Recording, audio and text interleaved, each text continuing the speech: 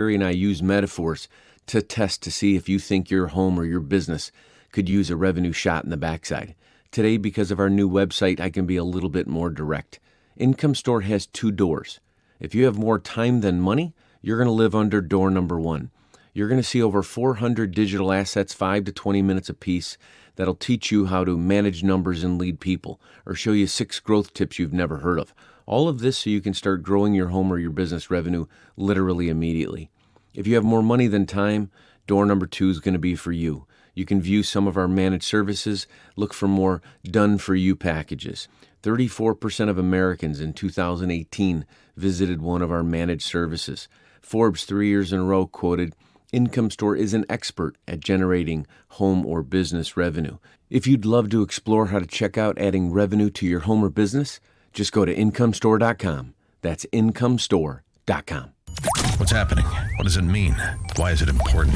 We've got the answer. AM 560, The Answer. WIND, Chicago. What's next? I'm Dave Anthony, Fox News. That's the big question after 5 days of public hearings and 12 witnesses in the House impeachment inquiry. We aren't finished yet, and you never know what testimony of one person may lead to the need for testimony of another. House Speaker and Democrats, Nancy Pelosi and Democrats, allege bribery or extortion. President Trump trying to get Ukraine to investigate Joe Biden and son in the 2016 election. He insists he did nothing wrong. Republican Congressman Jim Jordan. 11 months before the next election, based on an anonymous whistleblower with no firsthand knowledge, bias against the president, who worked with Joe Biden, that we don't even get to bring in front of us. If no more witnesses are called, things would likely move to the Judiciary Committee, where sources tell Fox News potential articles of impeachment could include bribery, abuse of power, contempt of Congress, and obstruction of justice. That's Fox's Griff Jenkins. Attorney General Bill Barr says he's accepted the finding that Jeffrey Epstein committed suicide, though he says he initially had his suspicions, adding it was the result of a perfect storm of screw-ups. 2 guards are accused of sleeping, surfing the web, and instead of their hourly checks on Epstein, who was found hanged in his cell while awaiting trial on underage sex trafficking charges, those guards are now charged. More than 2 years after an American North Korea-held prisoner died following his release, Otto Warmbier's parents are speaking out in South Korea. Fox's Simon Owen has details live. Dave, Otto Warmbier's mother, Cindy, pledging to hold North Korea's government responsible for human rights abuses. We cannot give up. We can't give them a pass. We have to fight. Cindy Warmbier speaking alongside her husband, Fred, as the couple pledges to seek out and shut down illegal North Korean businesses around the world. If you force North Korea to engage the world from a legal standpoint, then they will ultimately have to have dialogue. Warmbier is also urging the Trump administration to press North Korea on human rights. Dave? America's listening to Fox News.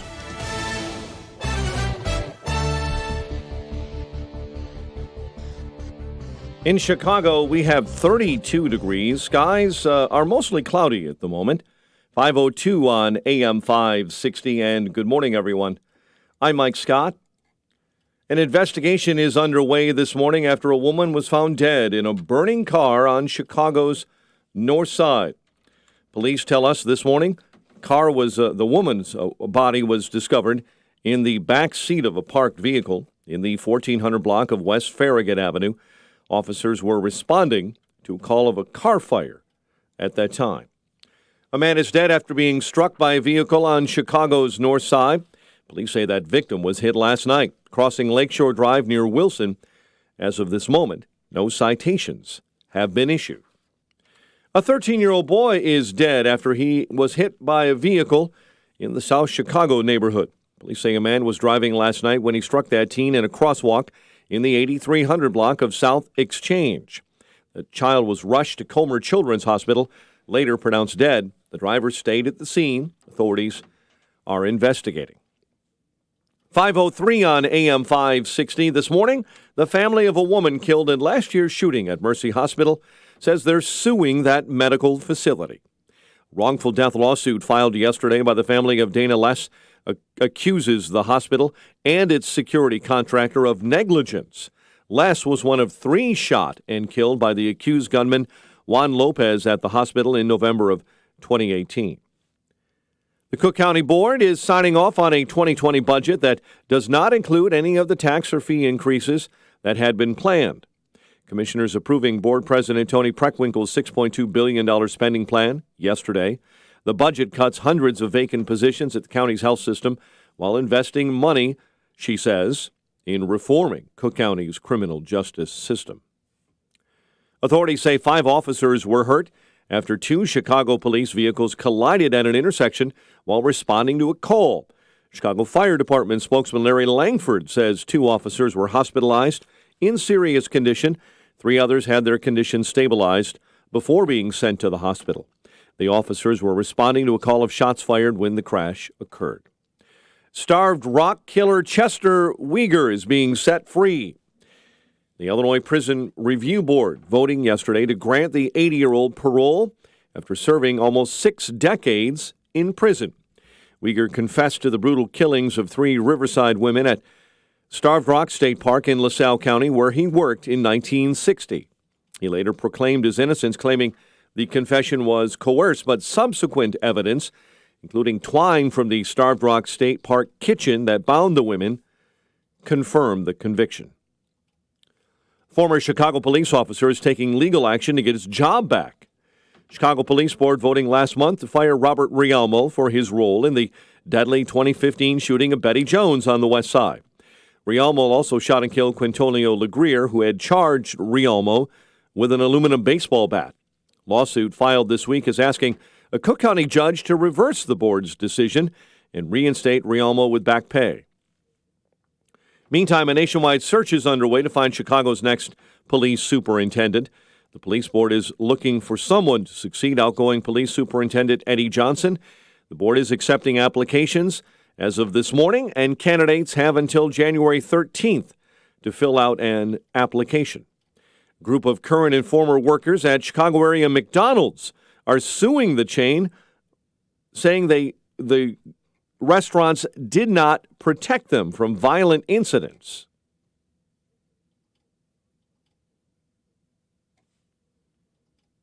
We need to feel safe at work and not be afraid of making it out alive every time we clock in.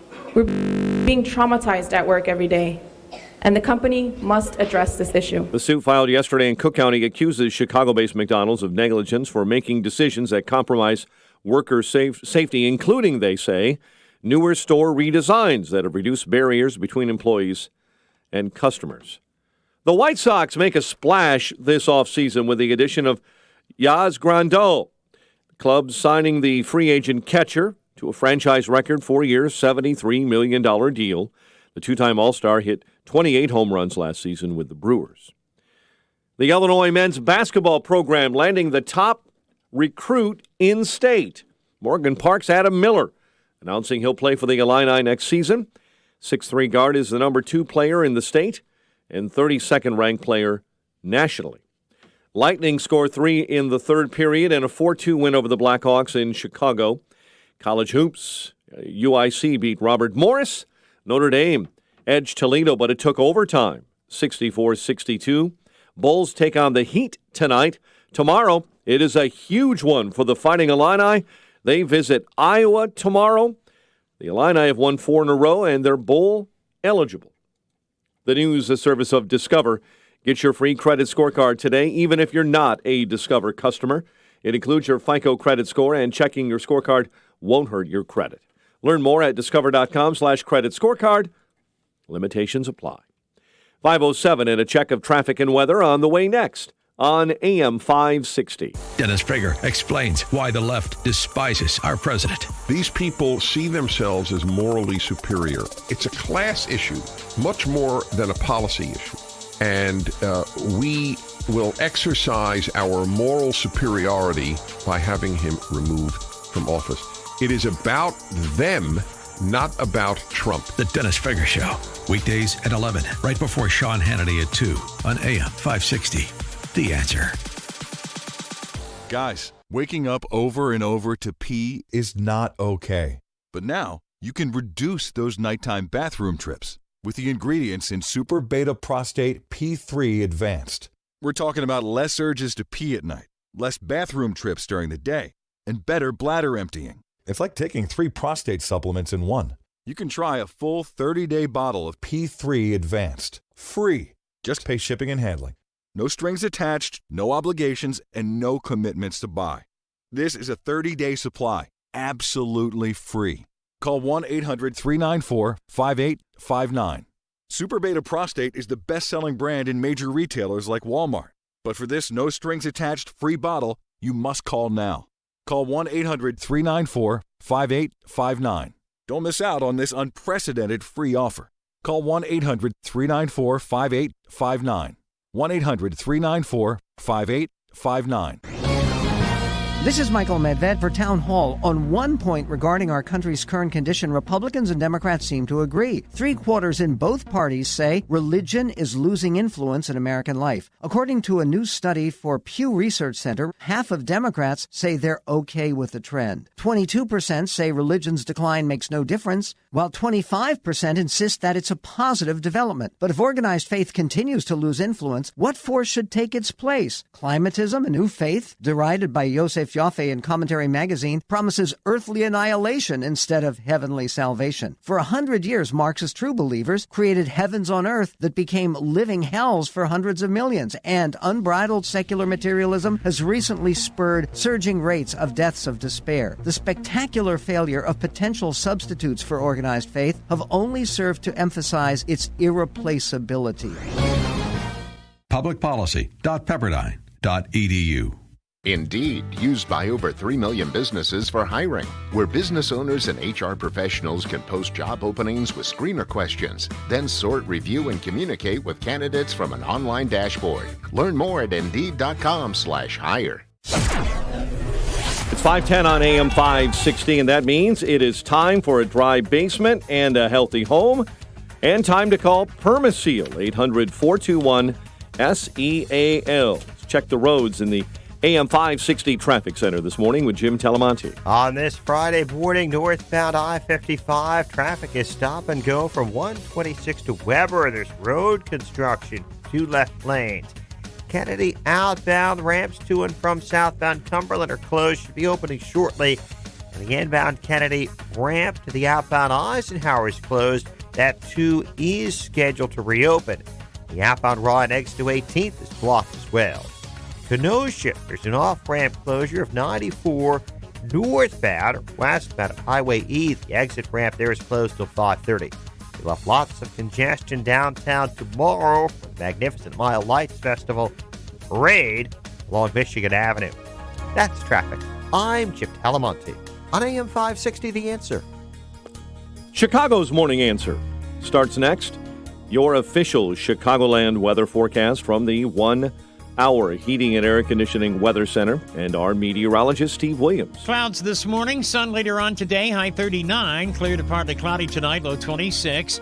For tomorrow, partly sunny with a high 42. Sunday and Monday, mostly cloudy, the high Sunday 46. Monday's high at 48. I'm Steve Williams on AM 560, The Answer. 34 in O'Hare, 36 Lakefront. Your next news update is at 5:30. Chicago's Morning Answer with Dan and Amy starts next on AM 560, The Answer. You've heard about the great need for workers in the skilled trades. There are many well-paying opportunities today for young people just out of high school and even college. One of those opportunities is with Woodland Windows and Doors, a major operation with a 50-year history providing customers with quality windows and doors from the initial sale to service and installation. Woodland is experiencing growth in their business and are eager to hire both individuals with experience in window and door installation and those willing to learn the trade and work together with their skilled craftsmen. The Woodland tradition is hard work, integrity, and respect for others while providing their valued customers with the service they expect and deserve. They offer competitive wages based on experience, along with paid vacation, paid holidays, 401k, several health insurance plans to choose from, and a company truck. Woodland Windows and Doors has full-time work available now. If you're on the path to the vision of the trades, skilled in carpentry, or willing to learn, call 630-869-1450 or visit woodlandwindows.com. If you're self-employed and purchase your own health insurance, I have some good news. From now until December 15th, you cannot be denied coverage based on a pre-existing condition, and depending on your income, you may find a more affordable plan. And this year, thanks to President Trump, If you're healthy and your income is too high to qualify for a subsidy, there is a new and competitive non-Obamacare marketplace where premiums are much lower and the PPO networks include access to our teaching hospitals in Chicago. Employers who provide small group coverage also have new options, and so do seniors looking for Medicare supplement coverage. Call me. I can help. If you're tired of calling a bureaucrat at an 800 number to help you navigate Obamacare, then you need a local expert on your side. Your own health insurance mentor. See Stephen Tucker from healthinsurancementors.com is someone I know and trust. He's a 20-year licensed broker who's been educating our listeners for 7 years. Steve, how can our listeners get in touch with you? Thanks, Dan. They can visit healthinsurancementors.com or call me directly at 630-674-1551. This hourly segment is brought to you by Retire Chicago. Tune in Saturday mornings at 8 to Retire Chicago with John McNamara of McNamara Capital. This is Chicago's Morning Answer with Dan Proft and Amy Jacobson on AM 560. The Answer.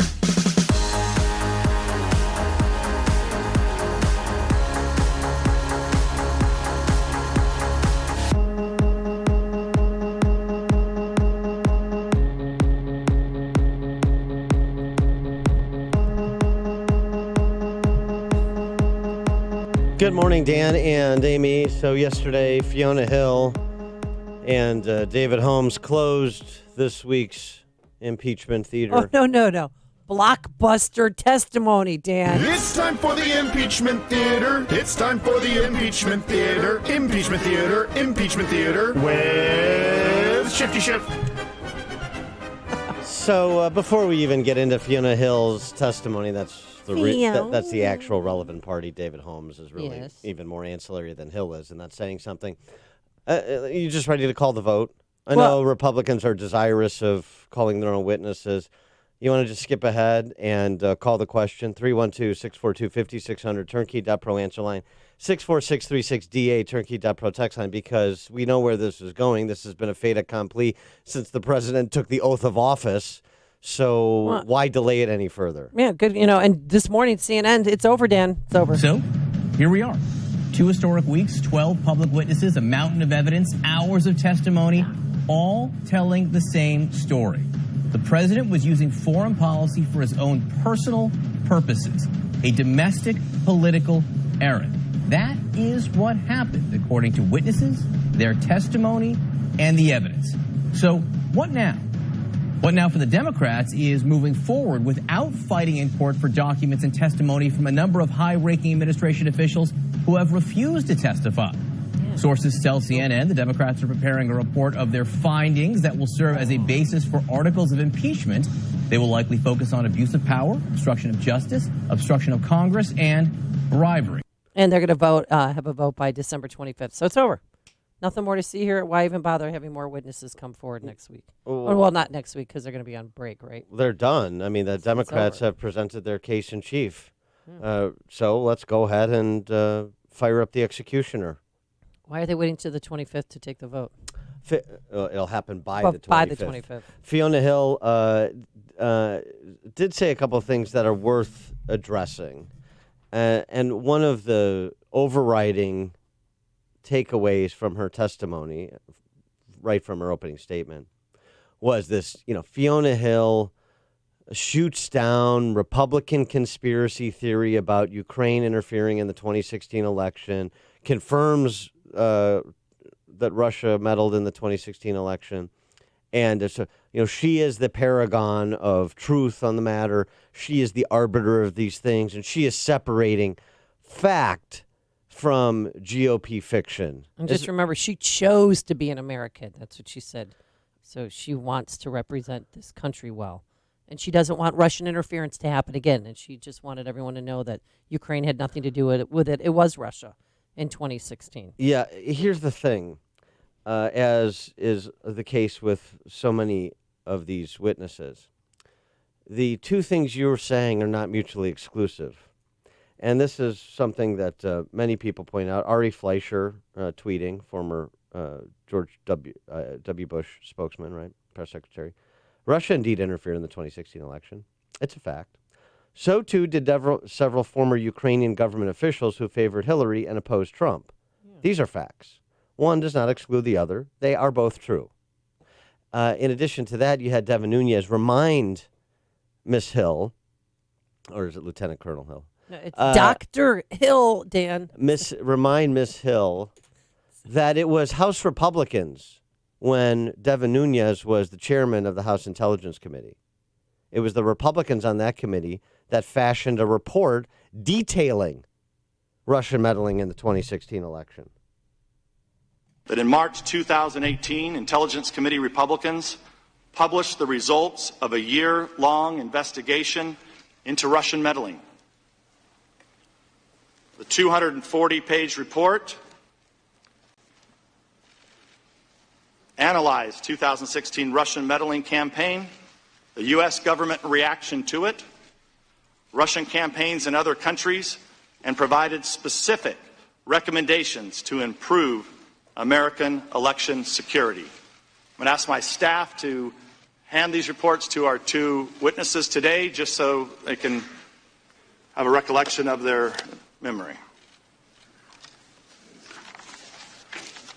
As America may or may not know, Democrats refused to sign on to the Republican report. Instead, they decided to adopt minority views filled with collusion conspiracy theories. Needless to say, it is entirely possible for two separate nations to engage in election meddling at the same time, and Republicans believe we should take meddling seriously by all foreign countries, regardless of which campaign is the target. Yeah, there's a couple of other things that are interesting about the misreporting of this. Chuck Ross, right for the Daily Caller, noted, it's interesting that Fiona Hill said in her deposition that she thinks the Steele dossier is a product of Russian disinformation. But she's not calling out Democrats like Schiff for Steele's theories, is she? Fiona Hill, in her testimony, came across as somebody else who's a bit of a partisan, as far as I'm concerned. There were it's just sort of tells that aren't very subtle, like her recounting her exchanges with Ambassador Sondland, and when she got angry with him, having to interject the notion that, and sometimes when women get angry, it isn't received well because it's treated as I'm just being emotional. I'm sorry, could you just stick to the facts rather than your commentary on culture? It's such a tell. Well, yeah, she's claiming gender biased behavior by Sondland and how he responded to her. It didn't surprise me. The other thing with her, because everybody's very supportive, all of these witnesses who testify, very supportive of the fact that military aid was ultimately conferred to the Ukrainians. Right. And they never opened up an investigation into the Bidens. And they were very concerned that what the president was doing was unnecessarily delaying the transfer of that aid, right? Well, here's a question, and this is a question I'll ask our friend Juan Williams when he joins us later in the show. If it was such a pressing concern to you, Ms. Hill, and you were so heck bent on getting Ukrainians military aid, Javelin anti-tank missiles and the like, then why in 2015 in an op-ed did you argue against military aid for Ukraine? Yeah. In her piece in 2015, increasing the Ukrainian army's fighting capacity, the thinking goes, would allow it to kill more rebels and Russian soldiers, generating a backlash in Russia and ultimately forcing the Russian president to negotiating table. We strongly disagree with that logic. It's hard to find effective alternatives to current sanctions policy, but if we plunge headlong into sending weapons, we may lose our allies and we may never have the opportunity to get things right. Yeah. She told the committee when confronted with that op-ed, everybody changes their minds and learn things. Yeah. Okay. The more you listen, the more you'll know. This is Chicago's Morning Answer. Morning Answer on AM 560. The Answer. Where has the year gone? It seems like the holidays sneak up so fast. As you probably know, most retailers do their shopping in the first quarter of the year. However, Fox Valley Coins is gearing up now for the busiest season of the year. Fox Valley Coins wants to buy now before Christmas. Fox Valley Coins is one of the largest coin dealers in the entire Midwest. And with the current price of precious metals, rare coins, and currency, business has been crazy. They buy and sell all major forms of gold, silver, platinum, and palladium, and specialize in rare and collector coins and currency. For larger collections, they'll even make house calls to your home or bank from now through October. Fox Valley Coins is on Route 59, just 1 block north of I-88, at the Naperville-Warrenville border. Online at foxvalleycoins.com. Sure, they'll buy after Christmas, but they're stocking their shelves now. Take advantage. Fox Valley Coins. Online at foxvalleycoins.com. Buying, selling, and appraisals since 1981. Hey, I have an exclusive offer for our listeners just in time for the holidays. If you buy a set of those brand new Giza cotton sheets from MyPillow, guess what? You'll get a second set free. I wish I would have waited for this order. 2 for 1. Not only that, but you'll get free shipping if you add anything else to your order, like a MyPillow, mattress topper, towels that are new, that are very absorbent and comfortable. They come in many colors. Anything you order will be shipped free as well. And you can get deep discounts on all MyPillow products, but you have to use the promo code Amy. I love MyPillow. I just started using the MyPillow towels. Again, they're very absorbent. They have washcloths, hand towels. It's perfect. And the brand new Giza cotton sheets, I am sleeping much better because they're softer on my body, and I love them.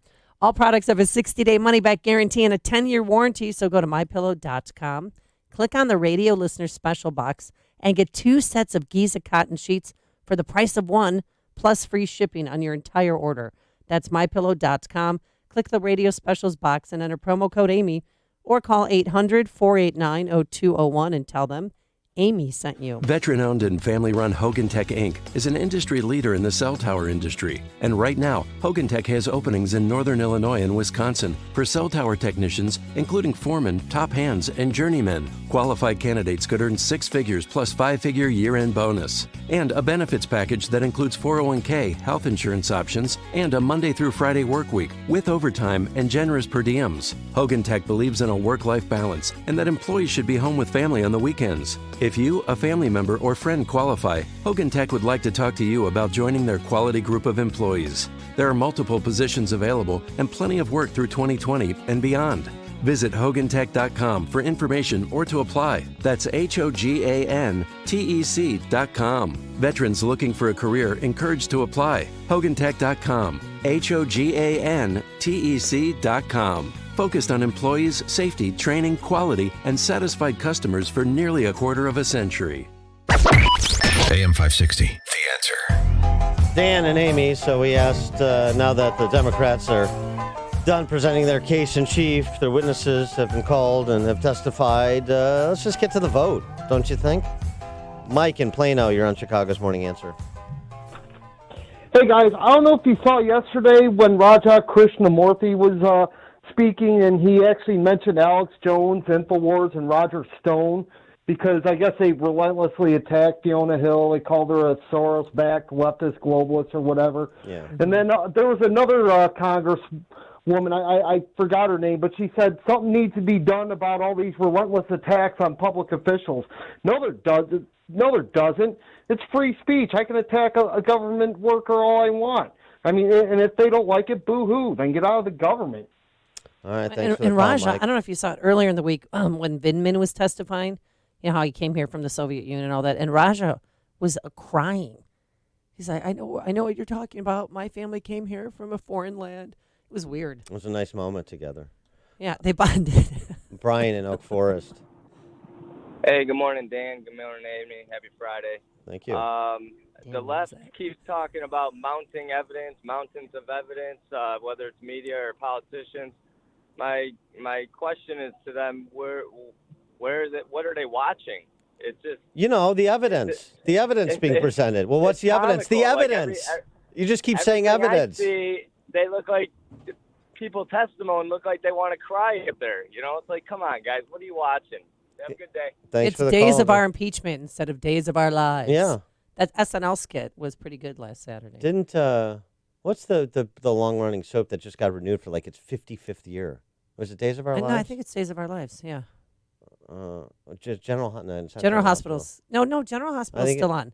General Hospital, Days of Our Lives, and I think that's it. I think it is Days of Our Lives. 55 years. I know. My great-grandma. My Nana used to watch it. My grandma and my great-aunt watched As the World Turns. That's gone now. My grandma watched that, too. That's You don't have gone. to tell me. And all my children's gone. Miss them terribly. Margot and Burr Ridge. We have Adam Schiff now, though. Exactly. And Raja. Well, I just want to say I haven't watched the entire thing, but I did watch that this woman Fiona Hill yesterday. What an arrogant, solipsistic braggart she was. So impressed with her own credentials. My goodness. But she is also emblematic of what is wrong with our diplomatic corps in other ways. For example, she is not, I know she chose to be an American. That's fine. Great. Happy for you. But you know what? A person's character is decided by the time they're 8 years old. And you have these people growing up in other places, like Obama, that, they don't have the same feeling for America that somebody who goes to the 4th of July parade, that kind of thing. Wow. They don't have that. And the other thing is, we have in our in our embassies in foreign countries, the people who are assigning visas and allowing people to come here are not Americans. I don't know if most people know. They are people from that country. So we have foreigners deciding who gets to come here. And that is just wrong. That is how we get terrorists in here, because you have their buddies in the Middle East giving them visas to come here. That's who assigns the visas. And this is very wrong. We need to take a look at that. Well, Fiona Thanks, is Margot. so American that she's concerned, more so than other Americans, about our next elections. What we're seeing here as a result of all of these narratives, as this is exactly what the Russian government was hoping for, that they would pit one side of our electorate against the other, that they would pit one party against the other. Yeah, and who is responsible for that? I mean, which side, Ms. Hill, still has not accepted the legitimacy of the 2016 results? By the way, which side hasn't accepted the 2018 results in the Georgia governor's election? Elizabeth Warren was tweeting out about Stacey Abrams, being deprived of the chair she should be rightly sitting in yesterday.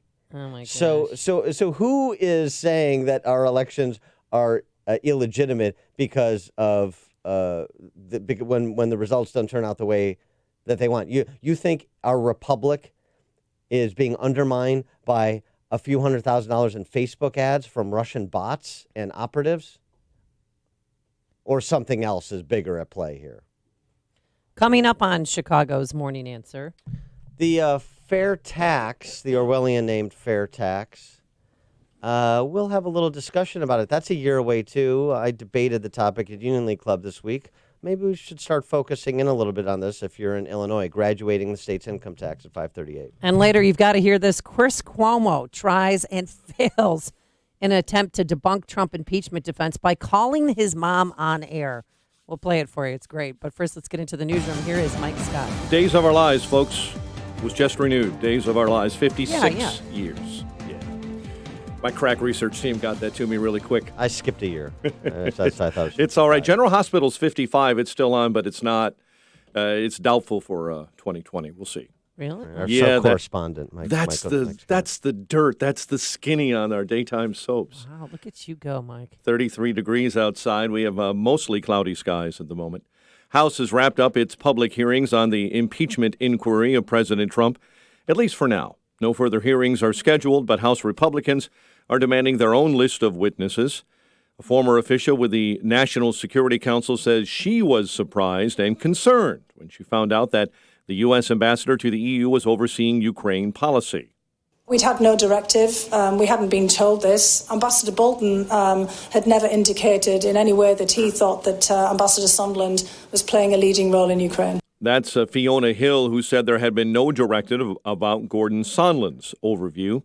House Speaker Nancy Pelosi says the impeachment inquiry is not going to wait on the courts to force any other witnesses to testify. As the court has declared in the case of Richard Nixon unanimously, the Congress has the right to subpoena and inquiry, and they should be coming before us. House Minority Leader Kevin McCarthy says Democrats have failed on any legislative agenda because their only focus is impeachment. But the biggest losers in all this are Americans. America themselves, we have lost because we were lied to. We told that they would be different. Speaking to reporters, the California Republican says it's clear Democrats have that only one priority. Israeli Attorney General's office is indicting Prime Minister Benjamin Netanyahu on charges of bribery, fraud, and breach of trust. NBC's Richard Engel says Netanyahu called it a political coup. The charge sheet says differently. Netanyahu is accused of doling out favors to media tycoons in exchange for flattering news coverage and hundreds of thousands of dollars in gifts. Netanyahu is currently serving as Israel's caretaker prime minister after failing to form a coalition government. President Donald Trump does not have to disclose his tax returns to appear as a candidate on California's primary ballot next spring. The state Supreme Court ruled in California unanimously on Thursday. Bumblebee Foods, that very famous canned tuna brand, filing for bankruptcy. San Diego-based corporation seeking Chapter 11 protection. For several years, it's faced mounting legal costs associated with a federal price-fixing scandal. A Chinese national is in federal custody accused of stealing millions of dollars worth of information from ag giant Monsanto. Federal agents apprehended the 42-year-old former employee of Monsanto and its Climate Corp subsidy as he was on board a plane for China. He's accused of stealing farming software, plans of turning it over to Chinese top officials. An investigation is underway here in Chicago after a woman was found dead in a burning car on Chicago's north side. Police say the body was discovered early this morning. A man is dead after being struck by a vehicle on the north side. Police say the victim was hit last night crossing Lakeshore Drive near Wilson. A nationwide search is now underway to find Chicago's next police superintendent. The police board is accepting applications until January 13. Chicago's annual Christmas tree lighting ceremony is tonight, 6 p.m., in Millennium Park's Wrigley Square near Michigan and Randolph. Lightning over the Blackhawks 4-2. College hoops, UIC beat Robert Morris. Notre Dame took overtime to beat Toledo. 5:35 is our time. We'll have a check of traffic and weather on the way next on AM 560. Sean Hannity predicts a disaster from the impeachment hearings. The corrupt, do-nothing, modern, extreme, radical, socialist, democratic impeachment fanatics. This is turning out to be worse than, I have no idea what Fusion GPS is, Mueller. I mean, it's that bad today. The Sean Hannity Show. Afternoons at 2 on AM 560. The Answer.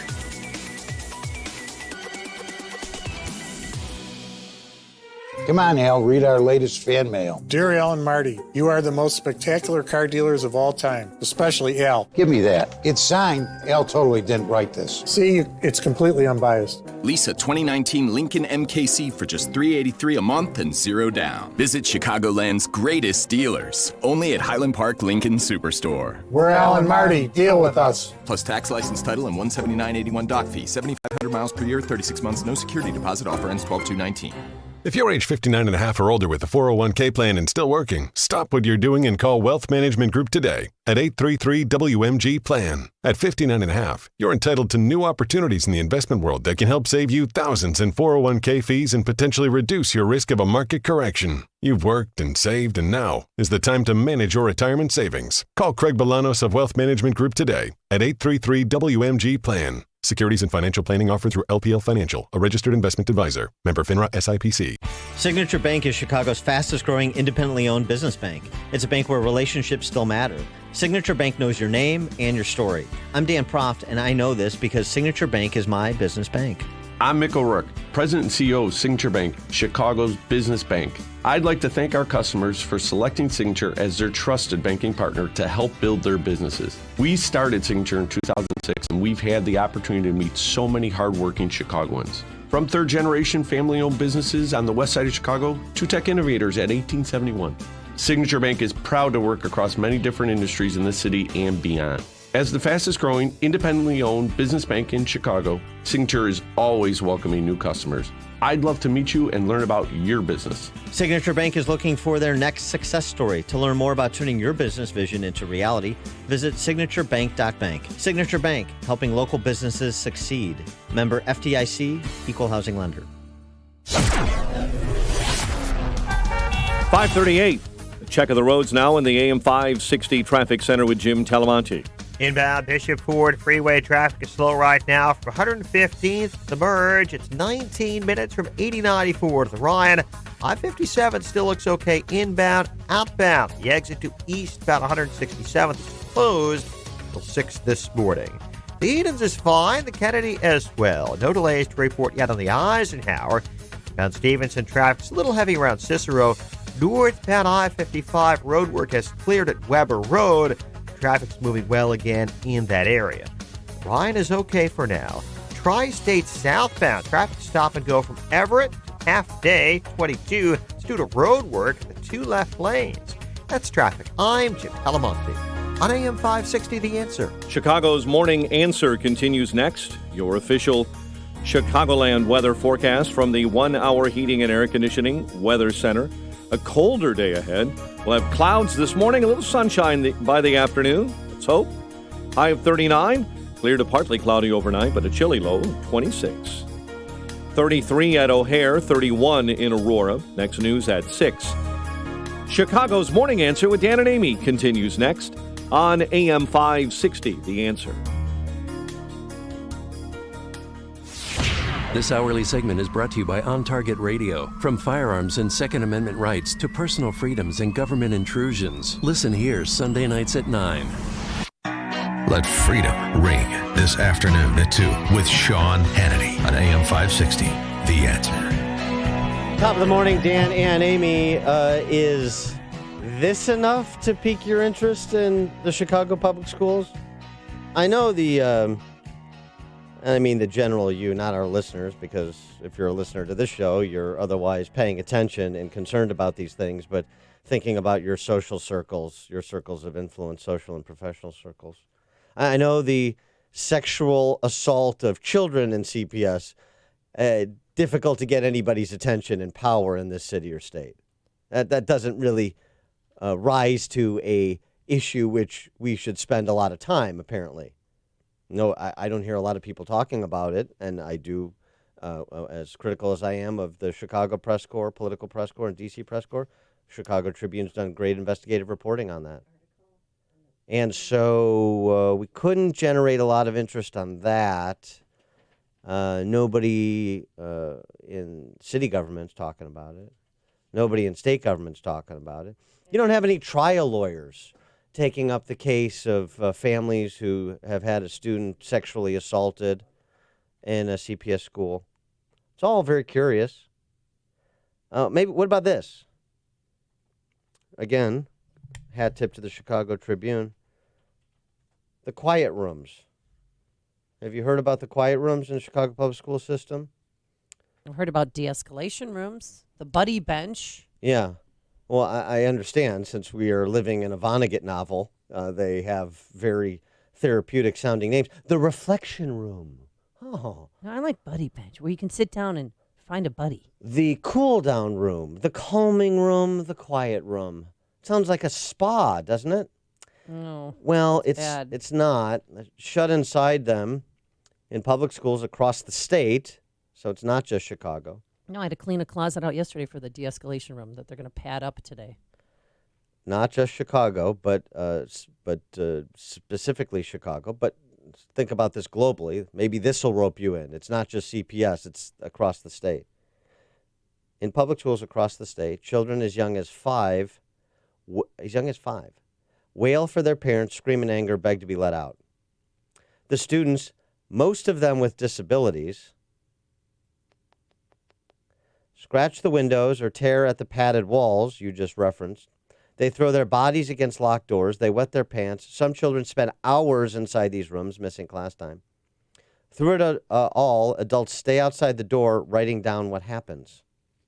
Yeah, because they're I don't want to get in trouble, but yeah, they put windows in that are tempered glass so you could see how many times and count how many times they're banging their heads against the wall and whether or not to re-enter the room. And they're small rooms. It's like an oversized closet. Kind of a walk-in closet that you would have. Mm-hmm. I'm glad that they're documenting this. This is an investigation by, again, Chicago Tribune and ProPublica. Workers isolate children for reasons that violate the law. is what this investigation found. Children were sent to isolation after refusing to do classwork, for swearing, for spilling milk, for throwing Legos.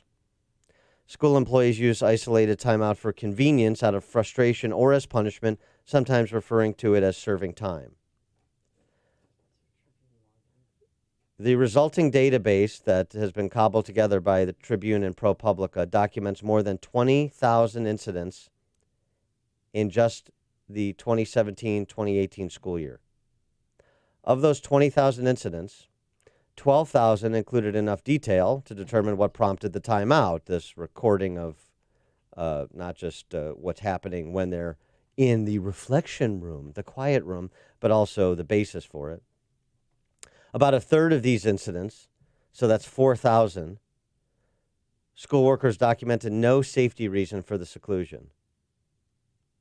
State education officials are unaware of these repeated violations because they do not monitor schools' use of the practice. Parents are often told little about what happens to their children. Because school employees observing the students often keep this moment-by-moment log, the records examined by reporters at Tribune and ProPublica provide some insight here. And they give examples in Effingham, in Mattoon, in Springfield, in school districts around the state. The plywood box in the middle, let me give you an example. The plywood box in the middle of Ted Meckley's special education classroom was 3 feet wide, 3 feet deep, and 7 feet tall. The schools around Pontiac had been using boxes to seclude students for years. 3 by 3 by 7. And Ted, a nonverbal 16-year-old with developmental disabilities, was routinely shut inside. Schools are required by law to document these incidents of isolation. To obtain your child's seclusions at school, the records of those, you have to ask the school clerk in writing. You can also request behavior reports, logs, disciplinary records, any video recordings. In 1989, Ted's mother, Judith, started speaking out. Newspapers published stories, people got upset, and boxes were removed. Mom, Judith, Ted's mom, ultimately joined a state task force to examine the use of seclusion.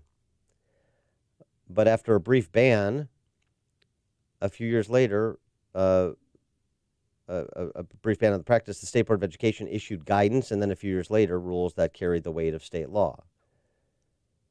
The rules accepted the need for seclusion, a practice already used in psychiatric hospitals and other institutional settings. This is the psychological justification for seclusion, says Scott Danforth, a professor at Chapman University in California, who studies these topics. But these rules cemented the use of seclusion in public schools, legitimizing, arguably, practices that place students at serious risk of harm and trauma. 312-642-5600, turnkey.pro answer line. 64636DA, turnkey.pro text line. What else are teachers supposed to do? I mean, I've seen personally, and I've heard reports from my sons about people that are sitting, say, in lunch, and they start screaming and they're having breakdowns. They would need to take them to a safe place that's padded rather than them throwing themselves and their head against a concrete wall. I mean, I know it sounds barbaric, but if you have special ed programs in your schools, you have to have some place for them to go when they have their breakdowns. And it's awful when it happens. I mean, it looks like, it looks like one flew over the cuckoo's nest, really. That padded room. Please, someone respond to me. I'm sorry I ripped the paper. I overreacted. Please just let me out. Is there anyone there?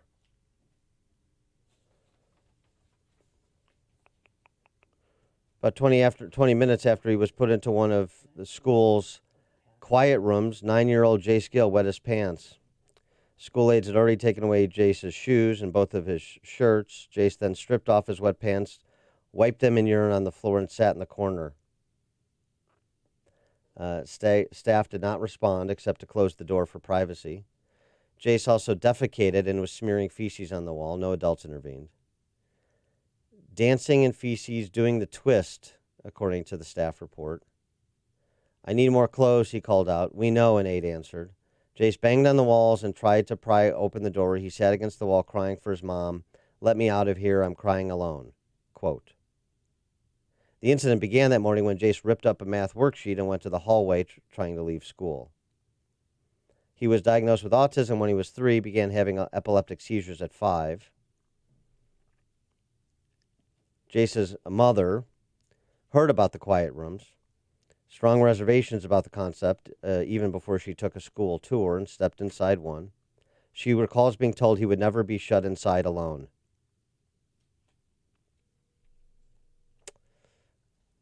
312-642-5600, turnkey.pro answer line, 64636DA, turnkey.pro text line. So I'm sorry, you support the practice? It sounds, but I wouldn't, as an educator or watching educators, what else are they supposed to do? Call the parents right away, maybe? Get the parents involved, have the parents come and pick them up from school. But a lot of parents are at work and can't do that. School employees use isolated timeout for convenience out of frustration or punishment, for refusing to do classwork, for swearing, for spilling milk, for throwing Legos. Reasons that violate the law, an investigation by the Chicago Tribune and ProPublica has found.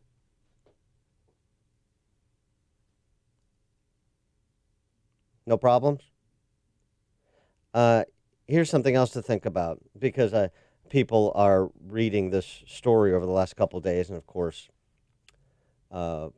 being outraged by the anecdotes that are shared. One is this left-wing D-bag lobbyist type in Springfield, the typical virtue signaling type. 20,000 times, metal detectors at the doors, armed officers patrolling the halls, and now solitary confinement. You can either prepare a kid for success or prepare them for incarceration. Our sorry state has chosen the latter, and it's not okay. Your people are in charge, Kyle Hillman. More than that, your philosophy's in charge. The teachers' union and the apologists for the monopoly Soviet-style organization of public schools, what do? They're advocates for replacing parents with the government schools, aren't they? How many conversations have we had about this? Parents, hey, step out, step back.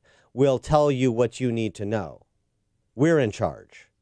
That's the attitude of most of these public school districts. It's certainly the attitude in Chicago. And it's the attitude in a lot of suburbs as well. We know better. We're educators. We're in charge of your kids. Okay, you're in charge.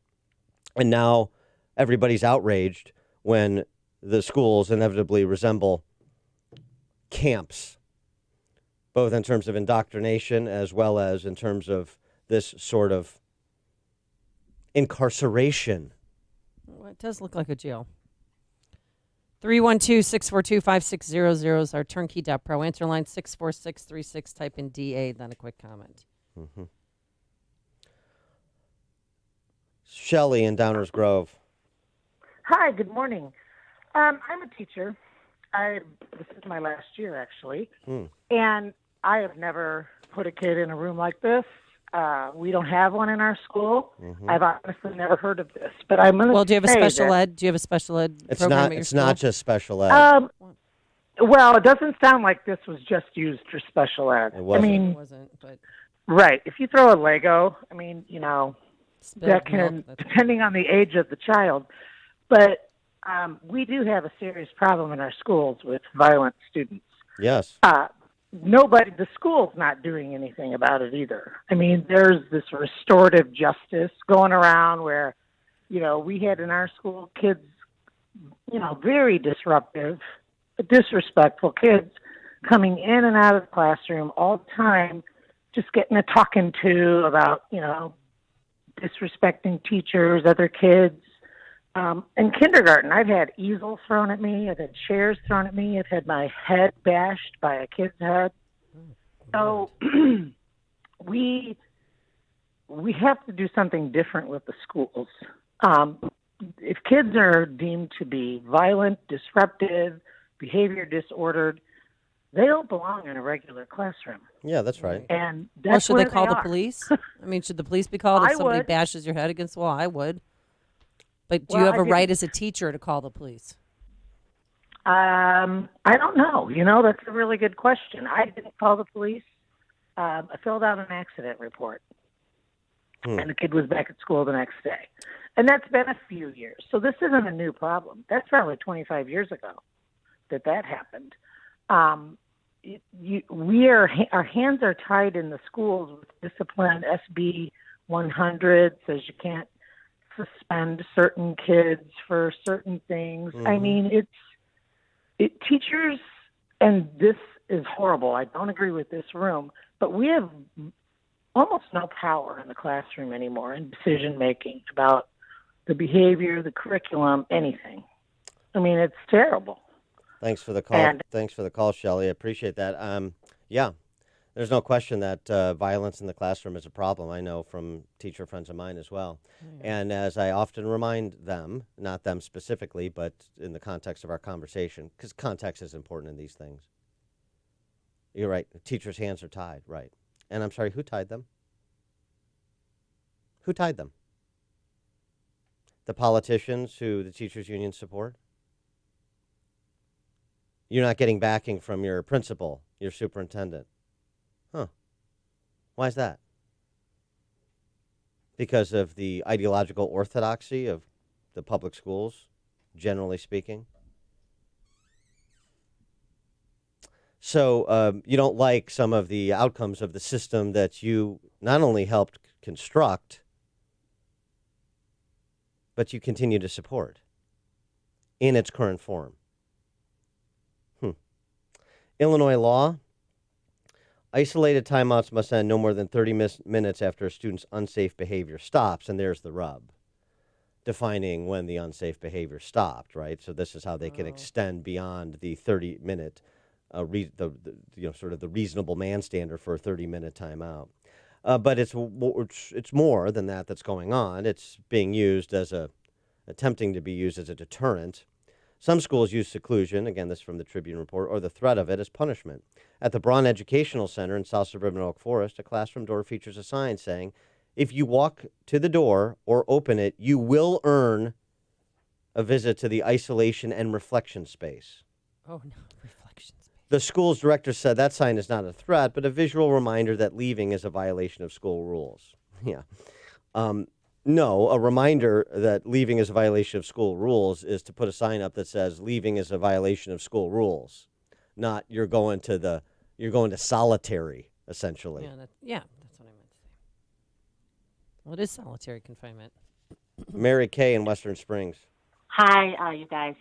Yeah, I can't believe, Amy, I know you know that there needs to be control in the schools. These kids can't just go violent in the cafeteria or whatever, but the practice of putting people in quiet rooms doesn't even happen in psychiatric units anymore. It is not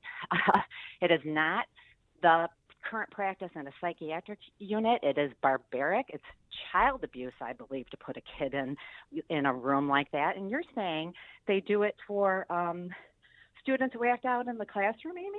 Did you say that? Well, have outbursts and are violent. Okay. And are violent to themselves, like they'll throw themselves against the wall, so then they put them in this room that is padded. Okay. And there's a window for them to Padded. watch, to see when and if they calm crazy. down. Dan, But I wouldn't want to that's be what in that they- room.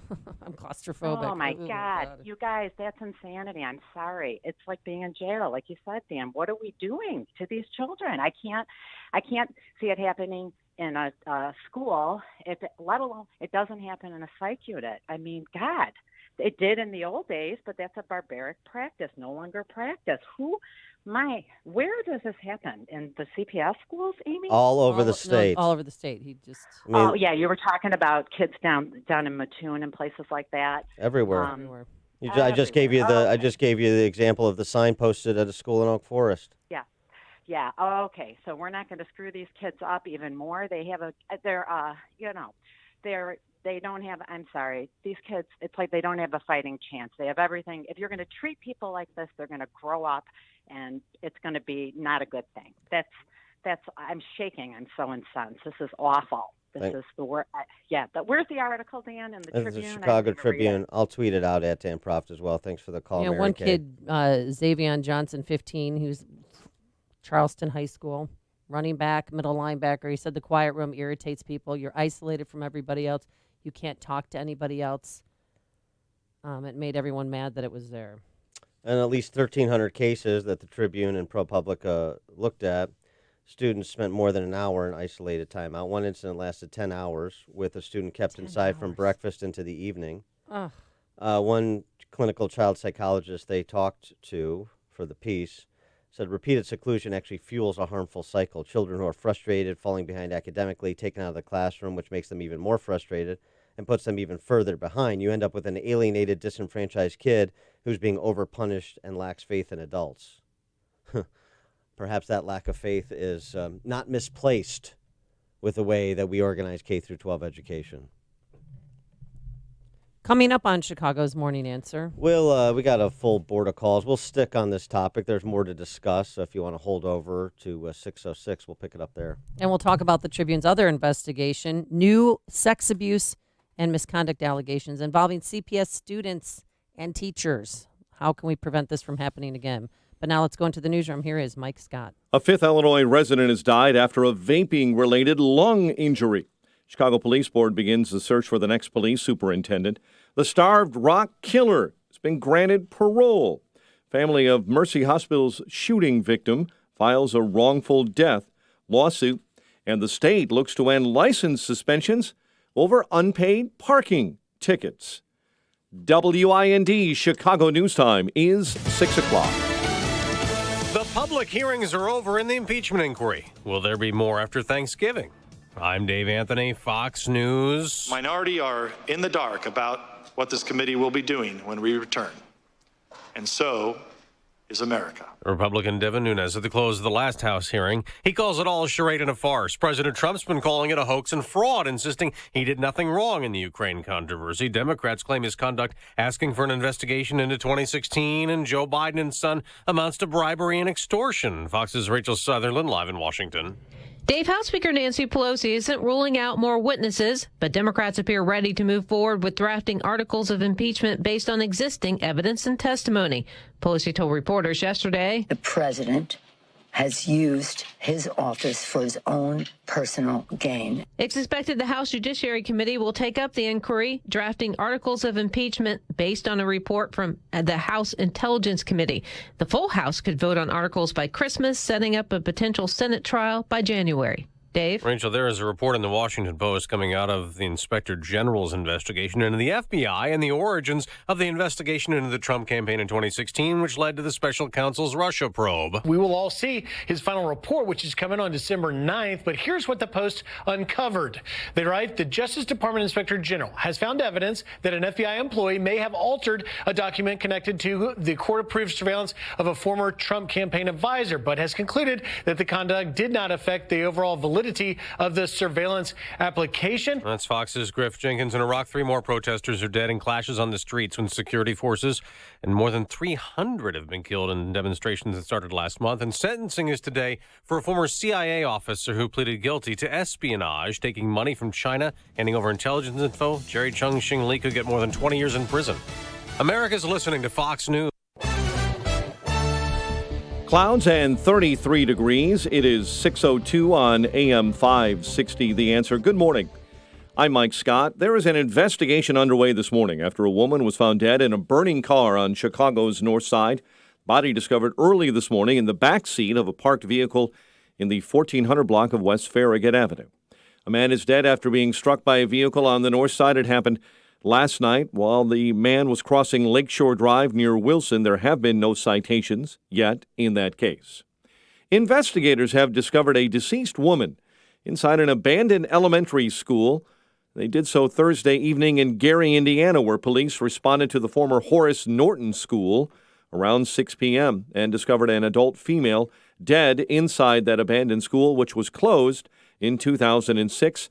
Gary police say the body found inside a gymnasium and appeared to be placed there recently. Family of a woman killed in last year's shooting at Mercy Hospital in Chicago is suing the medical facility.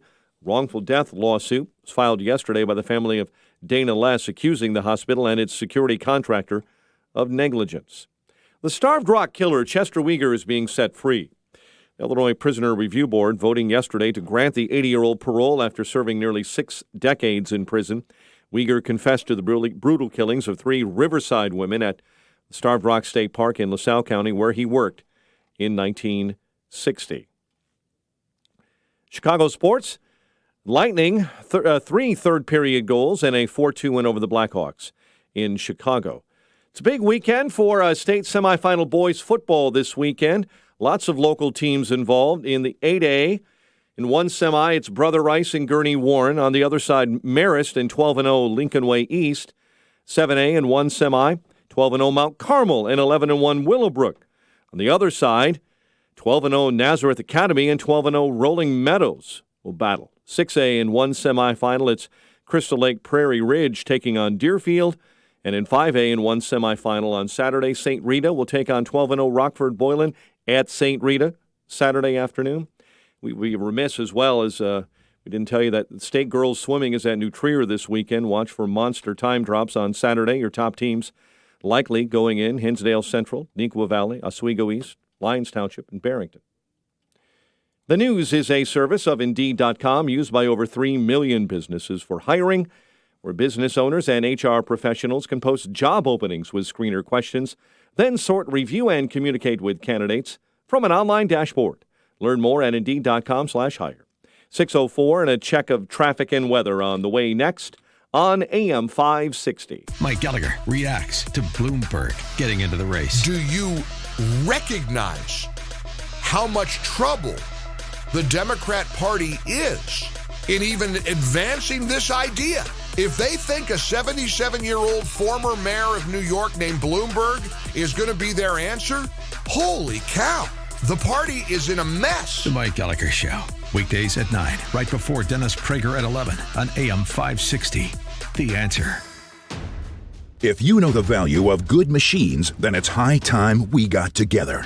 We're Bailey Industrial, builders of metal and woodworking equipment. Hard-working machines for hard-working people. We stand behind our equipment and make sure our equipment stands behind you with the after-sales support you need to keep your shop running smoothly, which means making sure you have what you need when you need it, typically shipping within 72 hours or less. So whether you're a fabricator or manufacturer of metal or wood products, go to 920machine.com and we'll send you a catalog. Over 400 pages of what you love most, machines.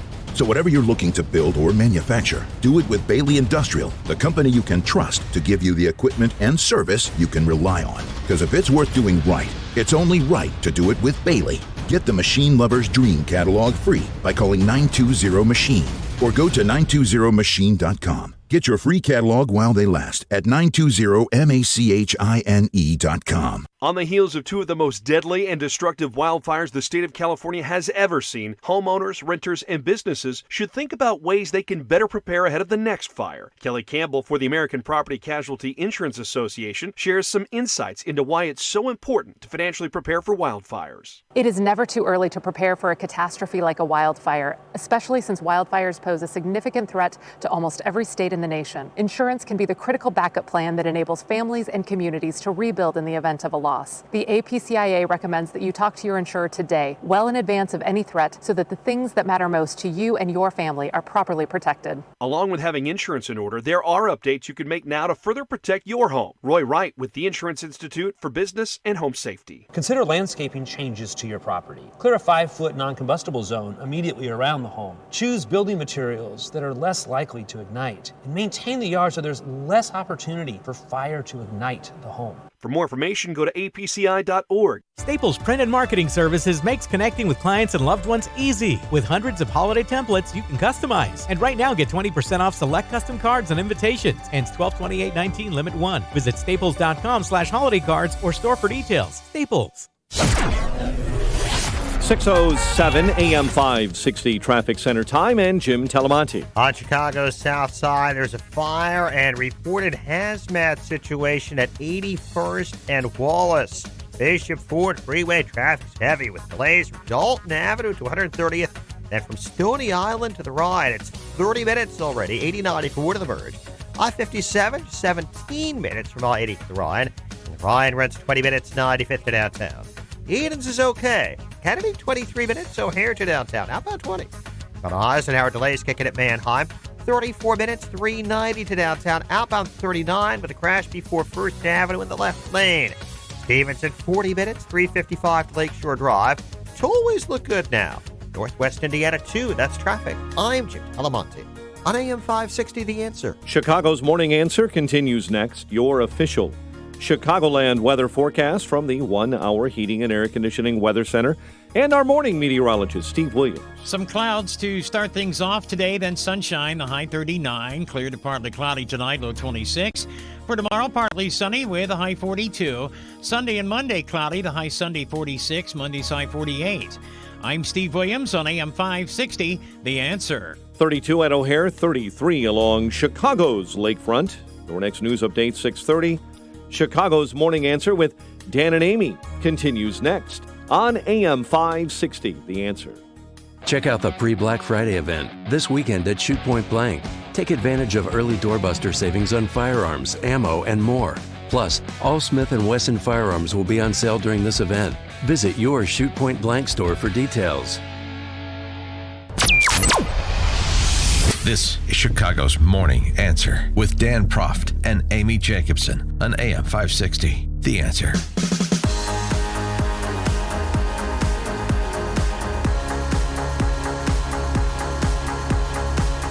Top of the morning, Dan and Amy. We were talking about reflection rooms, cool down rooms, the calming room, the quiet room. Quiet rooms in K through 12 school systems across Illinois that put kids into isolation behind locked doors for extended periods of time. The law provides for 30 minutes in more than 1,200 cases. It was longer than an hour, their seclusion. In one case, as long as 10 hours. 20,000 incidents that ProPublica and the Chicago Tribune looked at for the 2017-2018 school year. Of those, about 4,000 school workers documented no safety reason for the seclusion. This primarily impacts kids with disabilities, but it's not only that. For example, all 5 of the timeout booths at Bridges Learning Center near Centralia were already full on December 19th, 2017, by 8:35 a.m. School had been in session for 5 minutes. Each booth is about 6 by 8 feet with a steel door. That day, one boy who had hung on a basketball rim and swore at staff when they told him to stop, and another, a boy who had used, quote, unquote, raised voice tones. Oh, please. 2 boys were being held because they hadn't finished classwork. Inside the 5th room was a boy who had tried to provoke other students when he got off a bus. Staff told him he'd be back again, quote, to serve 15 minutes every morning due to his irrational behavior, unquote. None of those reasons for seclusion is permitted under Illinois law. Seclusion is supposed to be rare, it's supposed to be a last resort, but not so much. In nearly 6,000 of the incidents reporters analyzed from schools across the state, students were secluded only because they were disruptive, disrespectful, not following directions, not participating in class, or a combination of those reasons.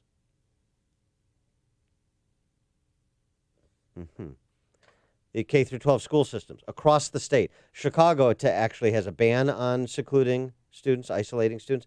However, they get around that, CPS does, by exporting problem students to other school districts that do employ the practice of isolation.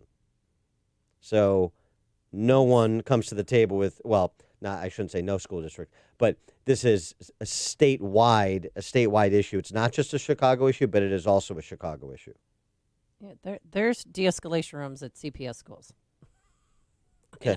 Yeah. Right. I know for a fact. I'm sure this is, this is going to be, and they're padded. All in the terminology too. We don't. That's not a safe room, a quiet room. Nobody's held in isolation. It's a reflection room, and we, just hold the door closed. We don't lock it. I'm sure it's going to be one of those things. Well, obviously, people are worried about traumatizing their children because it is a traumatizing room. If you see it, I don't want to be in it. But what else should you do if teachers, because records show that school employees are struggling to deal with disruptive, even violent behavior such as hitting, kicking, and biting. Should their parents be called right away? Should you call the police if you're physically harmed as a teacher? 312-642-5600, turnkey.pro answer line. 64636DA, turnkey.pro text line.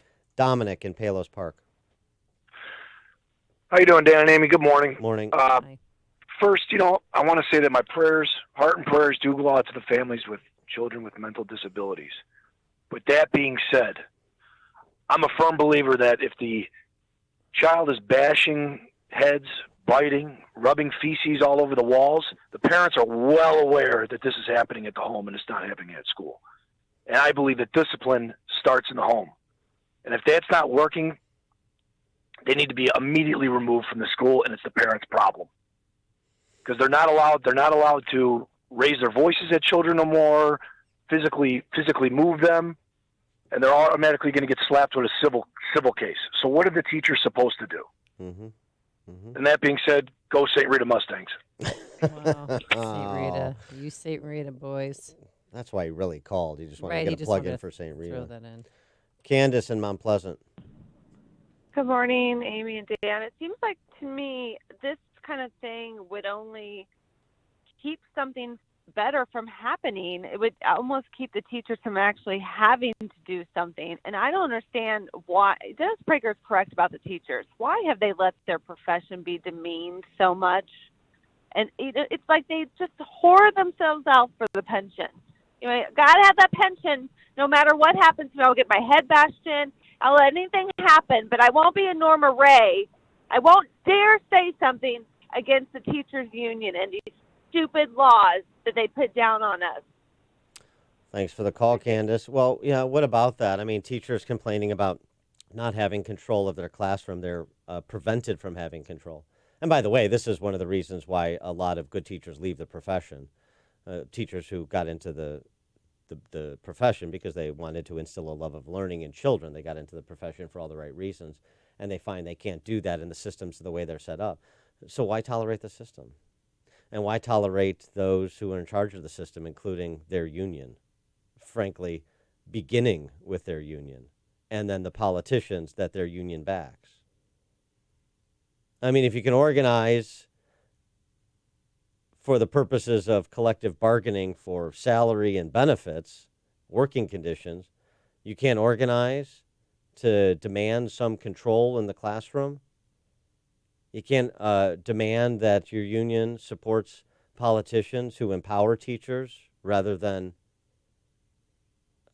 remove authority that they rightly need to control their classroom. I mean, the whole sort of like everybody's an innocent bystander, it's really tiresome to me. And I know that's the culture in this kleptocracy called Illinois, but it doesn't mean I'm going to pretend it's not. It doesn't mean I'm going to absolve you of responsibility because you say I'm going to go along with the system I know is corrupt and wrong-headed because I'm just biding my time, or because it's too difficult, or because nothing will ever change. Well, obviously things will change because it hasn't always been like this. So things change to get us here. That's why change is value neutral.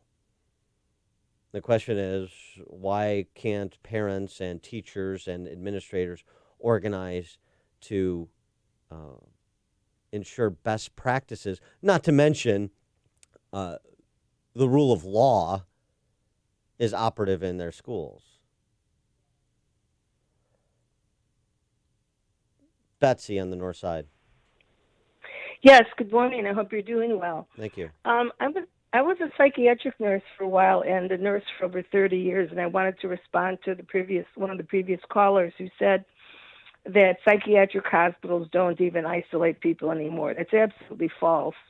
First of all, because the facility, if you are admitted to a hospital, a psychiatric hospital, and you are deemed dangerous to yourself or others, there's automatically, just like there is with the police department and other facilities, standing rules of what you can and cannot do when people are a danger to themselves or others. Sure. But Dan, I also, what I think, listening to you and the statistics that you named of abuse, that's the problem.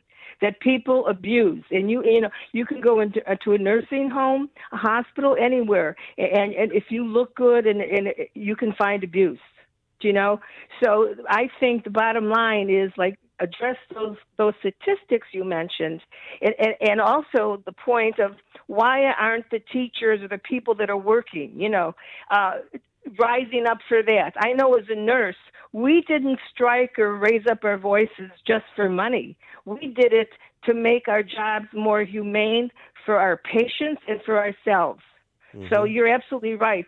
The teachers or whoever is responsible, is a hospital. Somebody's at the top there and is watching are people doing their jobs, properly. Do you know what I mean? You don't isolate a person without certain rules. It's just like, I'm just thinking about Jeffrey Epstein. Two people watching him were gone for 2 hours. I worked in a place and I saw how people were lax. I had to finally leave because my life was threatened. So, because it starts at the top. And nurses I know of, good nurses, they either leave or speak out or do both. Thanks for the call, Betsy. I appreciate that. Yeah, well, look, I remember there was a kid in my high school class who had outbursts time to time. He was, sort of a quiet, brooding kid, and sometimes he would have. Right. What would they do? Where would they take him? The teacher. Well, they would take him. First of all, the teacher would calm him down. I'm not going to mention names, but he'd just say to this kid, this young man, just say, "Okay, hey, calm down. Yeah. You can't just throw books. Calm. All right, let's take a walk." Okay. And they'd walk, and they go to the nurse's office, which was just a little room, but not locked and not isolated and not under. Padded. Yeah. Right.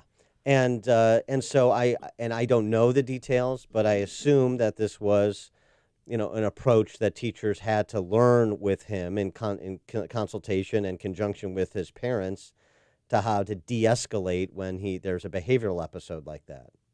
That doesn't seem to be what's going on here. In many cases, not all cases, in many cases, according to this Tribune report, this seems to be a situation where you got a problem, somebody's acting up, I don't have any patience for it, I don't have any time for it, throw them in the cell. No. Gene in Lake Zurich. Morning, guys. So I'm a parent of a special needs child, and she, as she was growing up through school, she actually went to a therapeutic day school for several years. And we use these quiet rooms effectively for her. So this sounds like a major training issues with the teachers, and it does, to your point, I think it was being overused for minor issues. But I think they do have a good use, especially with children with special needs. And to the guy from St. Rita who said, it's a parent issue, it's a discipline issue. Yes and no. So the parents have to be very involved with the schools, and the schools have to be willing to work with the parents to get a plan together to address issues as they come up.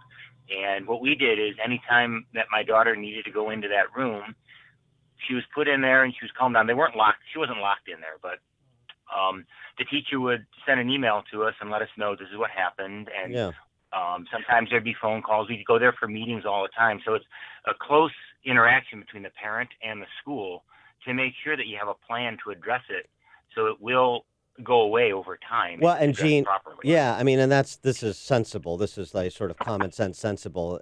And Gene, so this was part of your daughter's IEP, right? I mean, if you're special, yes, it is. Yeah, so that's the whole point. That's the reason for the IEP. So this is all mapped out, and so there are protocols in place, and this has been thought through. That doesn't seem, to the extent that a lot of these kids also have IEPs, it doesn't seem like there's being much attention paid to them, and that's part of the problem. Gene, thanks for the call. Yeah. Appreciate it. I mean, I think, that's a good example of the right approach. Okay. John in Villa Park. Yeah, obviously the administration and the legislation is not going to take care of a lot of these problems with the problems at schools. So I'm calling upon the teachers and also the student parents to start using the judiciary. If you're a student and there's disruption in the classroom, you're not getting education, have a civil suit taken against you. Your civil rights are being abused. If you're a teacher and you're in an unsafe work area because the administration won't do something, file an OSHA complaint. You have a right to a safe work environment.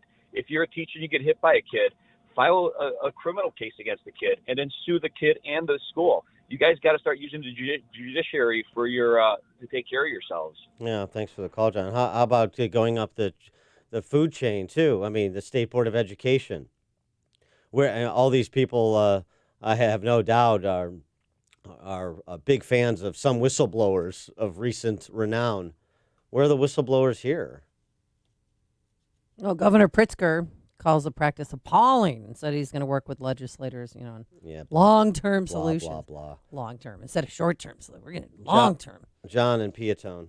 Joke. Hi there. I have two quick issues. Number one, let's look at school districts like Orland Park that have full inclusion. And a lot of times the students lose instructional time because there's a child that is vomiting or having outbursts or whatever. That's a problem. Number two, Lieutenant Colonel Vindman. This is how smart this guy is. I'm a lieutenant colonel. You do not address me as lieutenant colonel. You address me as colonel. Whether I'm a colonel or lieutenant colonel, you're addressed as colonel.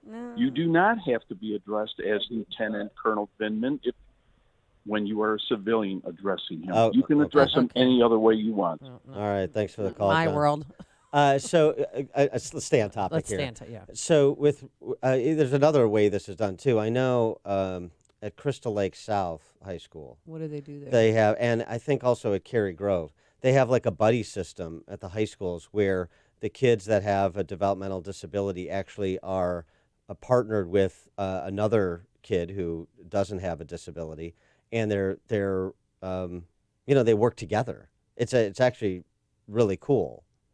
And so he just mentioned about full inclusion. And I know that's not going to be possible in every circumstance. But we're trying to think what's a approach here that makes the most sense. And from what I've seen at some of the high schools that do that have peers, sort of peer partnerships, fantastic. John in Oswego. Yeah, Dan and Amy, I listen to you every morning. Love your show. Thank you. I was just wondering if you guys could talk a little bit more about Kendall County, because I listened to you. I actually went to my school board meeting.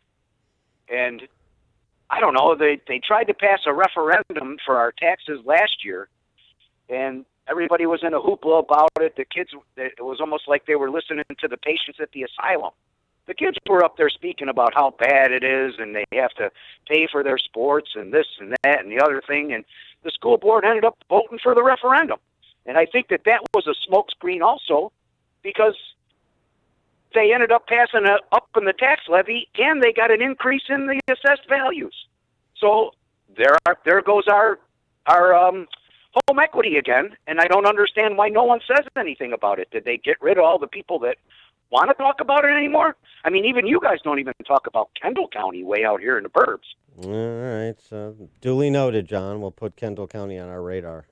It's like a hot, steaming cup of information to start your day. It's Chicago's Morning Answer on AM 560, The Answer. If you're self-employed and purchase your own health insurance, I have some good news. From now until December 15th, you cannot be denied coverage based on a pre-existing condition, and depending on your income, you may find a more affordable plan. And this year, thanks to President Trump, if you're healthy and your income is too high to qualify for a subsidy, there is a new and competitive non-Obamacare marketplace where premiums are much lower, and the PPO networks include access to our teaching hospitals in Chicago.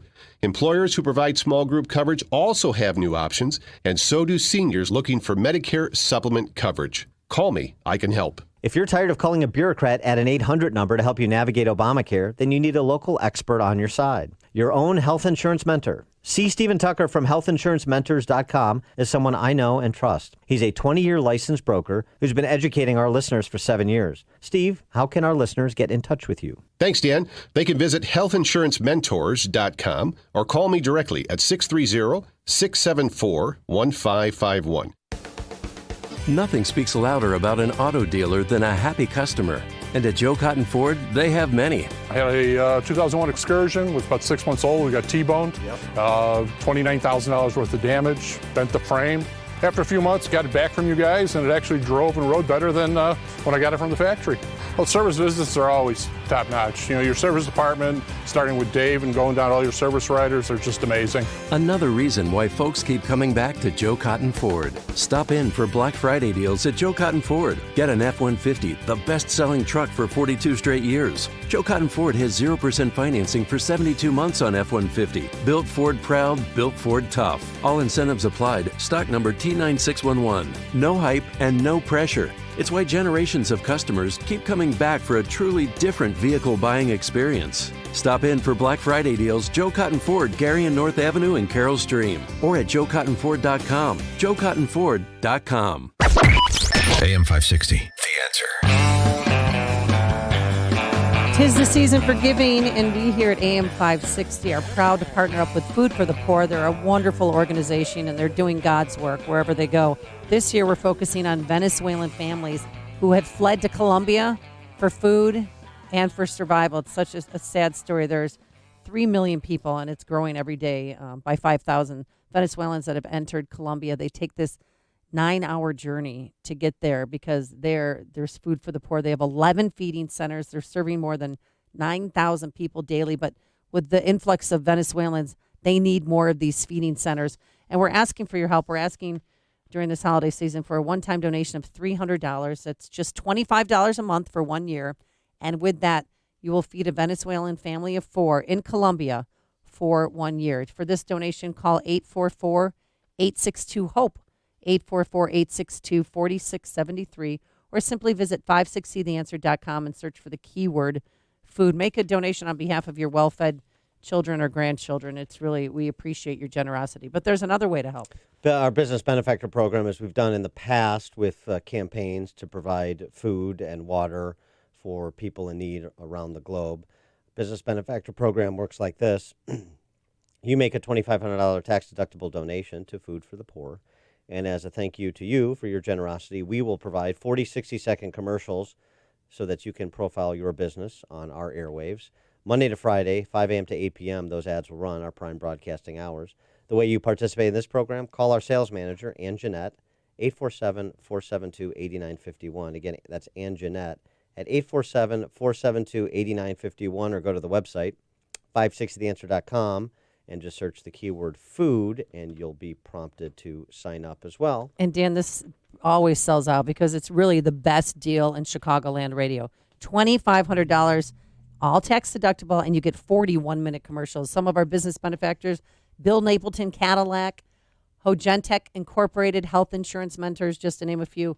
So get on this. Do this today, especially if you do the marketing for your company. It's a great way to take your business to the next level. Ann Jeanette Natowski. Her number is 847-472-8951. Coming up on Chicago's Morning Answer. Should we graduate the income tax in Illinois at 6:36? And later, you have to see Chris Cuomo, epic fail. But first, let's get into the newsroom. Here is Mike Scott. Clouds and 31 degrees at 6:31. An FBI official this morning is under investigation for allegedly altering the document connected to surveillance of President Trump's campaign advisor, Carter Page. We get breaking details on this developing story from our reporter in Washington, Mike Bauer. CNN is reporting the document, which surfaced during a portion of the Justice Department Inspector General Michael Horowitz's review into the FISA warrants obtained on Page, was reportedly altered enough to change its meaning. But it was not immediately clear what role the document played in the investigation of Page. Horowitz turned over the document to federal prosecutor John Durham, who's conducting the probe into the intelligence gathered for the Russia investigation by federal agencies. Horowitz's report on the FISA warrants is scheduled for release next month, and the Inspector General will also testify before Congress after the findings are released. Reporter Mike Bauer. After 5 days of public impeachment hearings, the chairman of the House Intelligence Committee now says much of the evidence against President Trump, in his opinion, is undisputed. Donald Trump is back on the phone asking another nation to involve itself in another U.S. election. That says to me this president believes he is above the law, beyond accountability. California Democrat Adam Schiff. Facebook may change its political ad policy in response to increasing criticism. Wall Street Journal reporting the social media giant may raise the minimum number of people targeted in political ads to the thousands instead of 100. More lung injury cases have been connected to vaping. The CDC says Nearly 2,300 cases have been reported as of yesterday. Meantime, health officials are reporting a fifth Illinois resident has died after experiencing an e-cigarette or vaping-related lung injury. A total of 190 in Illinois have experienced lung injuries after using e-cigarettes or vaping products tainted with vitamin E acetate and THC. Both are tied to vaping marijuana.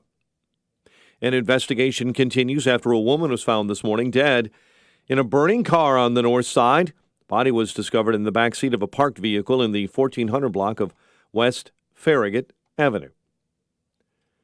A suburban police officer has been ticketed for parking his patrol car in a handicapped accessible parking space. Lakemore Police Chief David Godlewski saying this week the officer was issued a $350 fine for parking illegally at the Lakemore Crossings Shopping Center this week. Residents sent a text to the chief about the parking infraction. In October, a McHenry County Sheriff's officer was also issued a citation for parking in a handicapped accessible parking spot.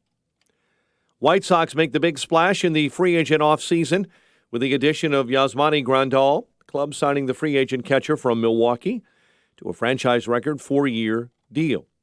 Lightning over the Blackhawks 4-2, the news service of T-Mobile, with data and texting included in over 200 countries and destinations. T-Mobile for Business keeps you connected at the corner coffee shop or a cafe halfway around the world. Business is changing. Are you with them? Visit T-Mobile.com/business.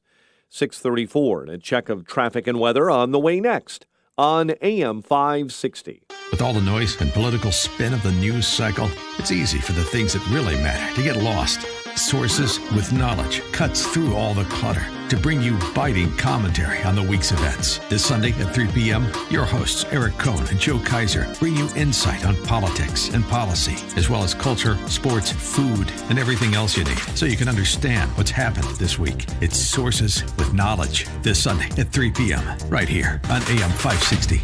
The Answer. Want your home's furnace to stay safe and reliable? And want to prevent any potential problems before they happen? At your local 1 Hour Heating and Air Conditioning, we recommend an annual furnace inspection and tune-up. Right now, get big savings on a furnace tune-up.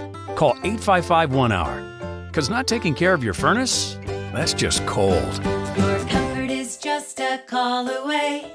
Call 1 Hour. Terms and conditions may apply. Call for details. Independently owned and operated. Licensed in the respective state or county. Prescription products require an online physician consultation and are only available if the physician determines a prescription is appropriate. Subscription required. See website for full details and important safety information. Hey guys, good news. The outrageously expensive Little Blue Pill is now generic, which means you can get the prescription medication to treat ED at affordable prices. And Hims makes it extra affordable. And right now, get your first online visit totally free when you go to 4hims.com/joy. To start your free online visit, you need to go to this exclusive address, 4hims.com/joy. FORHIMS.com/joy. Folks, when shopping for a home mortgage, how much is great service, low closing costs, and competitive interest rates worth to you? At Townstone Financial, it's priceless. Hi, Barry Sterner, founder of Townstone Financial. Let's hear about the Townstone experience from one of our customers. My name is Melissa, and I bought my first home with Townstone Financial. It was a lot of personal attention. I felt like I was very comfortable. All of my questions were answered. It was a very personal, and Barry is very down to earth. He breaks it all down for the layperson who is not, usually a lender or knows anything about it. And really actually cared about me and how I understood the process. I felt that I could trust Barry and Townstone right away. Remember, nobody values your home mortgage business more than Townstone. I guarantee it, and I own the company. So call me now, Barry Sterner, at 312-896-2110. That's 312-896-2110. Or go to townstone.com. That's TOWNSTONE.com. Townstone Financial is licensed in Indiana, Michigan, Wisconsin, Florida, NMLS 136639, www.nmlsconsumeraccess.org, equal housing lender. 6:37 in the AM 560 traffic center. Jim Talamonte.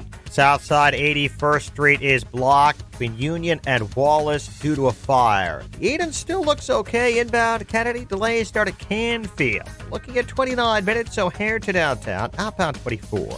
Inbound Eisenhower, 46 minutes, 390 to downtown, 32 from Manheim, outbound 58 minutes to 390. Jammed Cicero to before First Avenue after a crash. Stevenson, 42 minutes, 3:55 to Lakeshore Drive. Ryan, 24 minutes, 95th to downtown. I-57, 19 minutes, I-80 to the merge, Mission 422. Northbound Tri-State traffic's heavy approaching the Eisenhower. The other tollways are okay. No delays to report right now in northwest Indiana. That's traffic. I'm Chip Talamonte on AM 560, The Answer. Chicago's Morning Answer continues next. Your official Chicagoland weather forecast from the 1 Hour Heating and Air Conditioning Weather Center. Colder today. We'll have some clouds and sunshine with a high of 39. Clear to partly cloudy and 26 overnight, a high of 42 tomorrow. 31 degrees right now at O'Hare. Next news at 7. Chicago's Morning Answer with Dan and Amy continues next on AM 560, The Answer. This hourly segment is brought to you by AM Woodland Outdoor Design, luxury outdoor living. amwoodland.com. When you've got questions, he always has an answer. It's Sean Hannity, this afternoon at 2 on AM 560, The Answer. Top of the morning, Dan and Amy. In Illinois next year on the November 2020 ballot, there's a referendum question to amend Illinois' constitution to impose a graduated state income tax. I debated the topic this week at the Union League Club with Ralph Martiri, who's one of those nuclear-free Oak Park River Forestians, runs this public sector union-financed outfit, and I do mean outfit, called the Center for Tax and Budget Accountability. So it was interesting, but we haven't really discussed it very much. It's a year away, just as the presidential election is, and as people are planning their exit strategies from Illinois, so many, or people are just trying to figure out how to survive because they can't have an exit strategy yet, wanted to have this discussion. The polling on this may surprise you, or may not, depending on your level of cynicism/awareness. Polling I've seen, like University of Illinois Springfield, Yeah. Graduating the state income tax, 2-1 support. 2-1. Now, the referendum question requires one of two things: either 60% yes vote for those who vote the issue, or a simple majority of everyone who votes. And you see, it's a little complicated. Yeah, so, because there's such attrition as you go from, say, voting at the top of the ballot for president all the way down to the bottom of the ballot referendum, a lot of people don't vote the whole ballot. Okay. There's roughly 15% attrition normally. So 60% of everybody who votes the question, or a simple majority of those who vote. Don't get too deep in the weeds on this because I want to address the substance of it. But no, 60% or 50% plus one of the two. Got it. Okay. 60. So so think about it this way: 100 people vote for the vote on the ballot question, vote on the referendum question. 100 people vote. You need 60 to pass.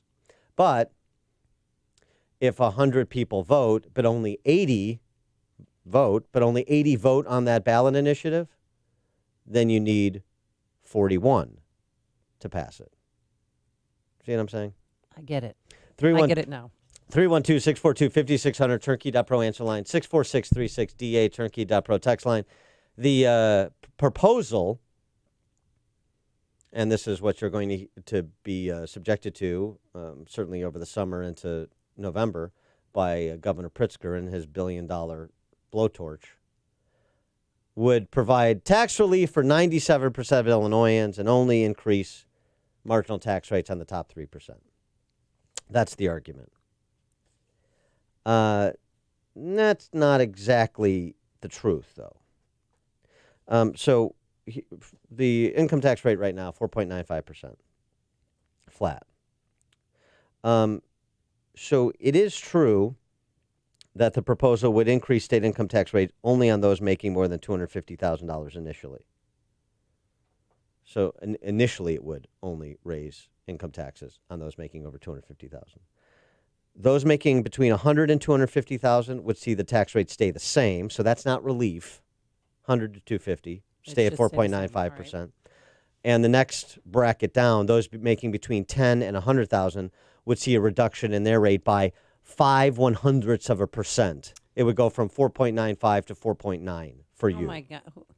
So that's hardly serious relief for the bottom 97%. No. But as I argued in my debate, that's not even the real canard here.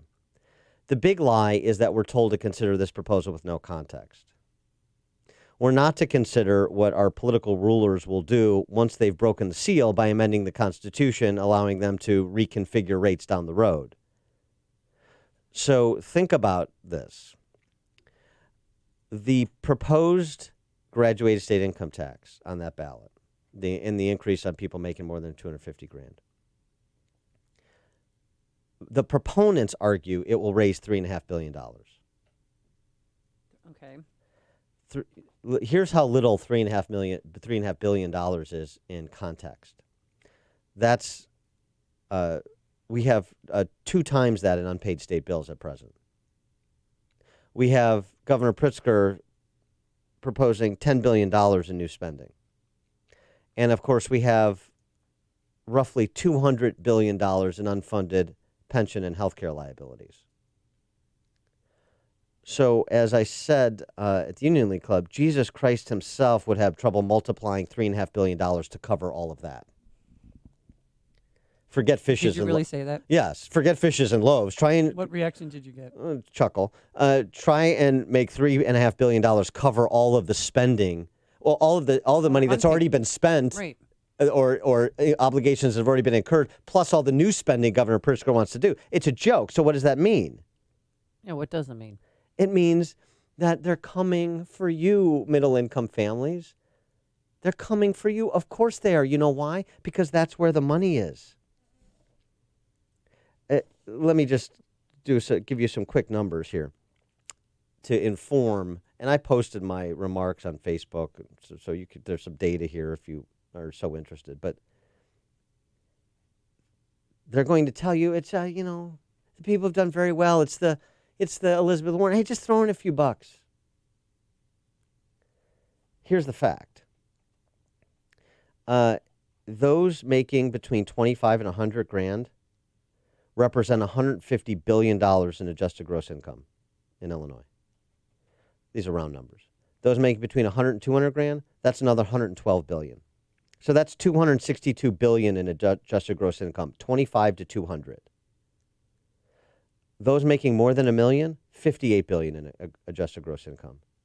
In fact, all of the filers who make more than 200 grand, that's $155 billion. So under 200 grand, just a sum, under 200 grand, $262 billion. Above 200 grand, $155 billion. 70% more adjusted gross income is earned by those making less than $200,000 as compared to those making more than $200,000. So if you believe in the Willie Sutton theory of politics, and you should in Illinois, that politicians will go where the money is and do the same thing Willie Sutton used to do, steal it,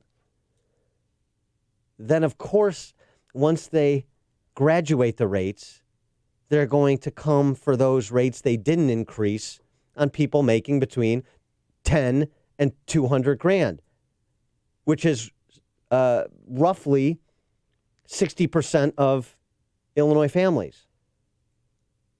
So I don't know what you're hearing or if you've even considered this, but you're going to be subjected to the shame campaign here. That this is, hey, you got to vote to have these rich fat cats pay a little bit more in the interests of, I don't know, a better tomorrow for Illinois. They're coming for you. You can't have this argument without context. You can't just look at this in isolation. Not to mention, you have to look at this in combination with your overall state and local tax burden, which is already the highest in the nation. They're going to say, our graduated state, our tax rate, our income tax rate, it's so much lower than our neighboring states. Well, that's true. By the way, that speaks to how this income tax play works out when you graduate them. They impose rates at the lower rungs. Just give you an example. And by the way, these are lower tax states overall than Illinois, our neighbors. Of course, because who isn't? But yeah, Wisconsin imposes a 6.27% income tax on incomes between 23 and 252 grand. 6.27. In Iowa graduates its rates even faster. Those making between 49 and 73 pay almost 7.44%. Above 73 grand, you pay 8.53%. Right. Wisconsin, though, has fully funded pensions. Iowa has the best test scores in the country. And they both still have lower overall state and local tax burdens than Illinois. But you see what they did with their graduated rates. They obviously impose them on middle-income families because that's where the money is. And you're not going to hear that in this discussion. You're going to hear a bad argument from whatever constitutes the Republican side about jobs and economic growth and stupidly defending, rallying to the defense of people making 500 grand or $1 million because they're job creators. That's all true, but it's not persuasive. This is a persuasion campaign. The real point here is life has no meaning without context. You don't have any understanding of things without context. They want you to not think about the context, to not connect any dots. And the dots are all there to be connected. Former State Senator Chris Lausen, now Kane County Board Chairman. You're on Chicago's Morning Answer. Chris, thanks for being with us. Good morning, Dan and Amy. My wife and I wake up to Dan's analysis and Amy's entertainment every morning. We had a chance to be there at that debate, and Dan, you demolished your opponent's position at the Union League Club the other day. It reminded me of William F. Buckley and Gore Vidal, but you didn't have to punch him out. So my point is that you clearly exposed the three main lies in Martyr's argument. The idea that tax policy has no effect on outmigration from Illinois, that the solution to 145,000 people leaving is to tax us more, and then just trust Springfield to not raise taxes on middle-income families once they create the power. So, Dan, you did us an amazing service through intellect and will and voice. It's absolutely inspirational to see something like your debate presentation done so well. So thank you very much. Thank you for the call, Chris. I appreciate that. It was good to see you and your wife, Sarah. It was fun. Oh, first name basis with the wife. Well, I've known them for a long time. I'm kidding. But here's the other thing. The audio from that event? Yeah, it's posted on YouTube and on the Blue Stream and the Blue Stream. WirePoints. How did you know? Okay. WirePoints.org. Right. Here's the other one of the other lies. It's a revenue problem, right? And we've been underfunding pensions, and that's why we have the largest unfunded pension liabilities and so on and so forth. Is that right? Since July of 2009, the market is up 200%. The stock market's doubled in the last decade. Illinois' pension shortfall has worsened by 75% during the same period. You have an unprecedented run in the stock market, and Illinois' unfunded pension liabilities almost double. What does that tell you? It's underfunding or overpromising. It's overpromising. And this is the other lie that is part of this discussion. Hey, we're going to use this money to fund pension. We're going to use this money for all sorts of things, exponentially over the actual money it's going to generate. But even still, that's one layer of the lie. The second layer is you can't finance the benefits that have been promised, the obligations that are being incurred on a daily basis, even in a historic bull market. Over a decade, up 200%, the market, Illinois pension hole, up 75%. Unfunded liabilities increased by 75% during that time. I mean, is that remarkable? Here's what's actually going on in state government. Because we K through 12, we're it's not properly funding K through 12 education. Higher ed and percentage change in state spending between 2000 and 2015. Higher ed has declined by 8%, and frankly, the state support for higher ed should decline further, because the state of Illinois provides twice the national average in per pupil support for higher ed in this state. What we're really doing is underwriting tuition increases. We're not underwriting access, okay? But K through 12 education spending over that 15-year period has increased 35%. Total state revenue has increased 57%. Where's the real spend happening? When borrow and spend and not spend, just pile debt. State employee insurance spending has increased 166% in that 15 years. State employee pension benefits, 586% in those 15 years, the spending increase. Illinois prioritizes spending on government workers above everything else. So you want to cry to me, Argentina, about K through 12 education spend. That's up 35%. State employee insurance up 166. State employee pension benefits 586% over the last 15 years. Picture kind of started to come into focus a bit. Greg in Downers Grove, you're on Chicago's Morning Answer. Hi, good morning, Dan and Amy. So Jamie Pritzker has a tax calculator that you can go online and take a look and see what you would potentially get back or save. And I took my last year's numbers, for example, and put those in. And where I had a tax last year, I increased it $700 under the tax calculator. So I'm not sure that either it's accurate or they're telling the entire truth on what the tax implications are going to be for everybody. Thank you. Thanks for the call, Greg. Yeah, I haven't used Pritzker's calculator, but I wouldn't trust a calculator, a real one or a virtual one, in the hands of any of these tax eaters in charge of this state. You're listening to Chicago's Morning Answer with Dan Proft and Amy Jacobson on AM 560.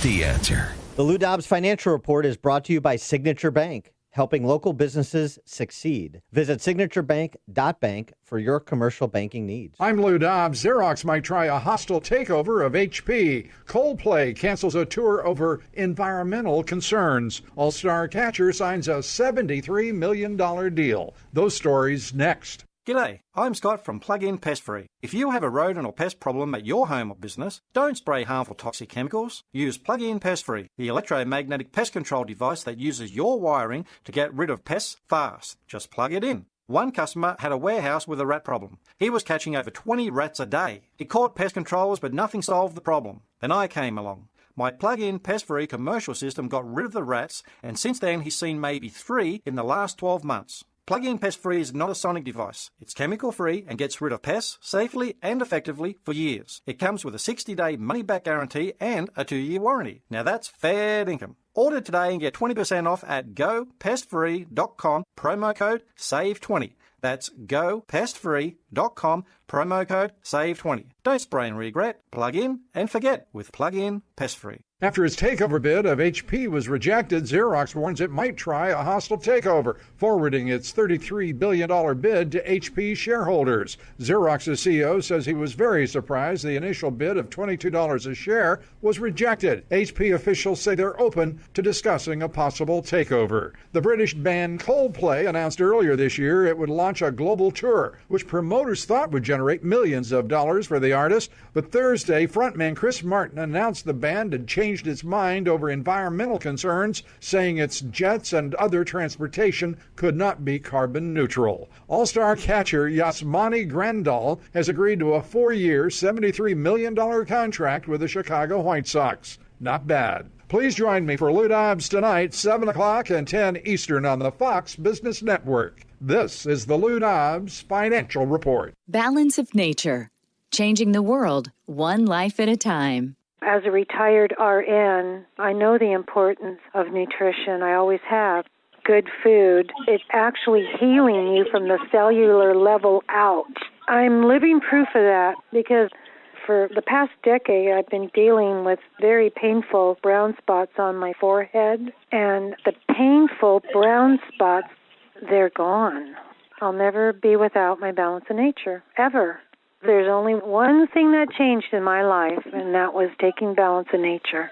Experience the Balance of Nature difference for yourself. Call or go online now and become a preferred customer, which gives you our best pricing and free shipping. And we will take an additional 35% off of your first order. This will be a limited time offer, so don't wait. Call 800-2468-751 or go to balanceofnature.com and use discount code Chicago. AM 560, The Answer.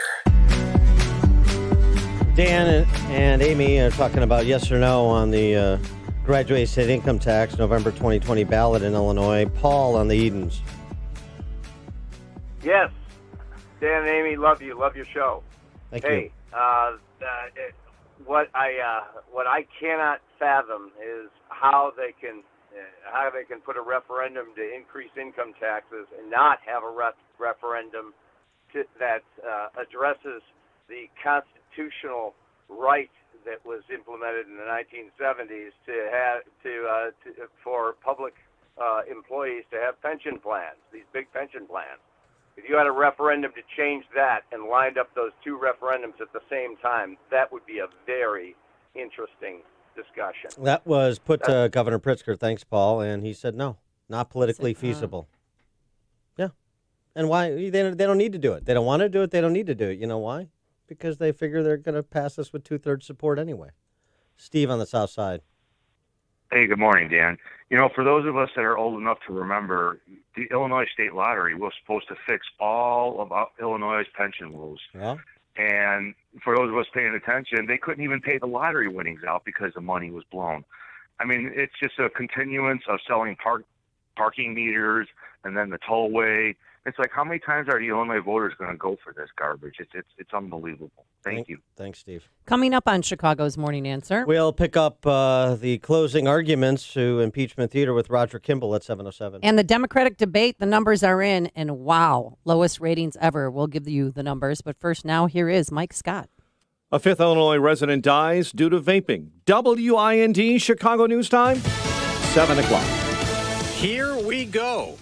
I'm Dave Anthony, Fox News. President Trump tweeted that, reacting to a report about FBI misconduct dating back to the initial investigation into his 2016 campaign. Fox's Rachel Sutherland is live in Washington. Dave, an FBI staffer may have altered an investigated document related to the FBI surveillance of former Trump campaign advisor Carter Page. The Washington Post reports the allegation is contained in Inspector General Michael Horowitz's forthcoming report on possible abuses of the FISA court system during the 2016 campaign. Horowitz concluded the conduct did not affect the validity of the application to surveil Page. He's expected to release his report on December 9th as U.S. Attorney John Durham continues his criminal probe into the origins of the Russia investigation. Dave? Rachel, what's next in the House impeachment inquiry? Republicans say they have no idea. Will there be even more secret depositions accompanied by the usual flood of Democratic leaks?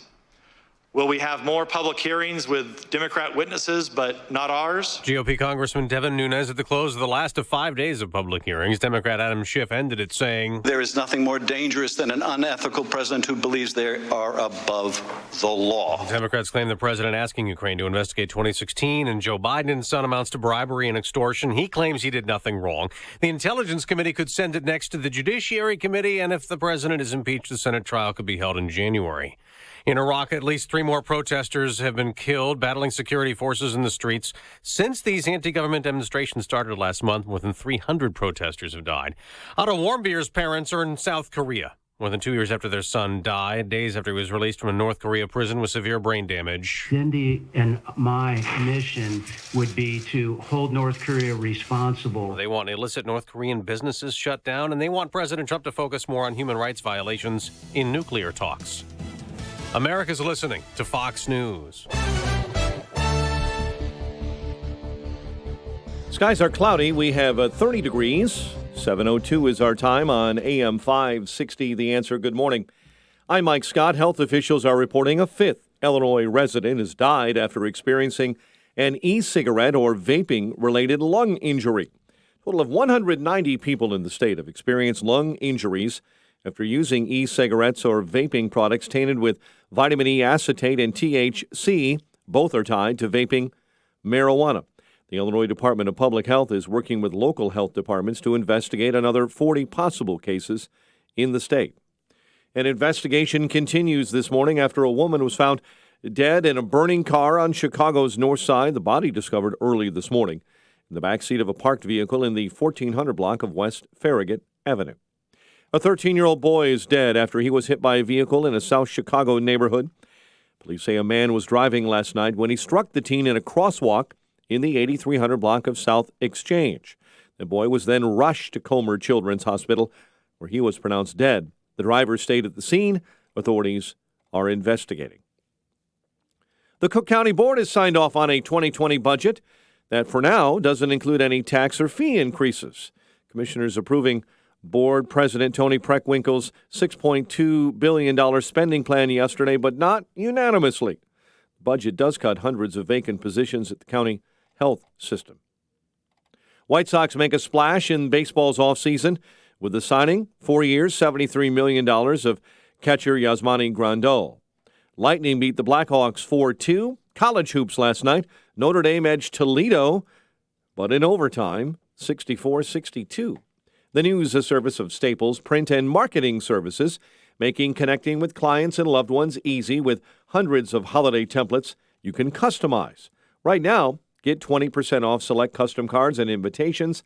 Ends 12/28/19. Limit 1. Visit staples.com/holidaycards or store for details. Staples. 7:04. A check of traffic and weather on the way next on AM 560. Dennis Prager explains why the left despises our president. These people see themselves as morally superior. It's a class issue, much more than a policy issue.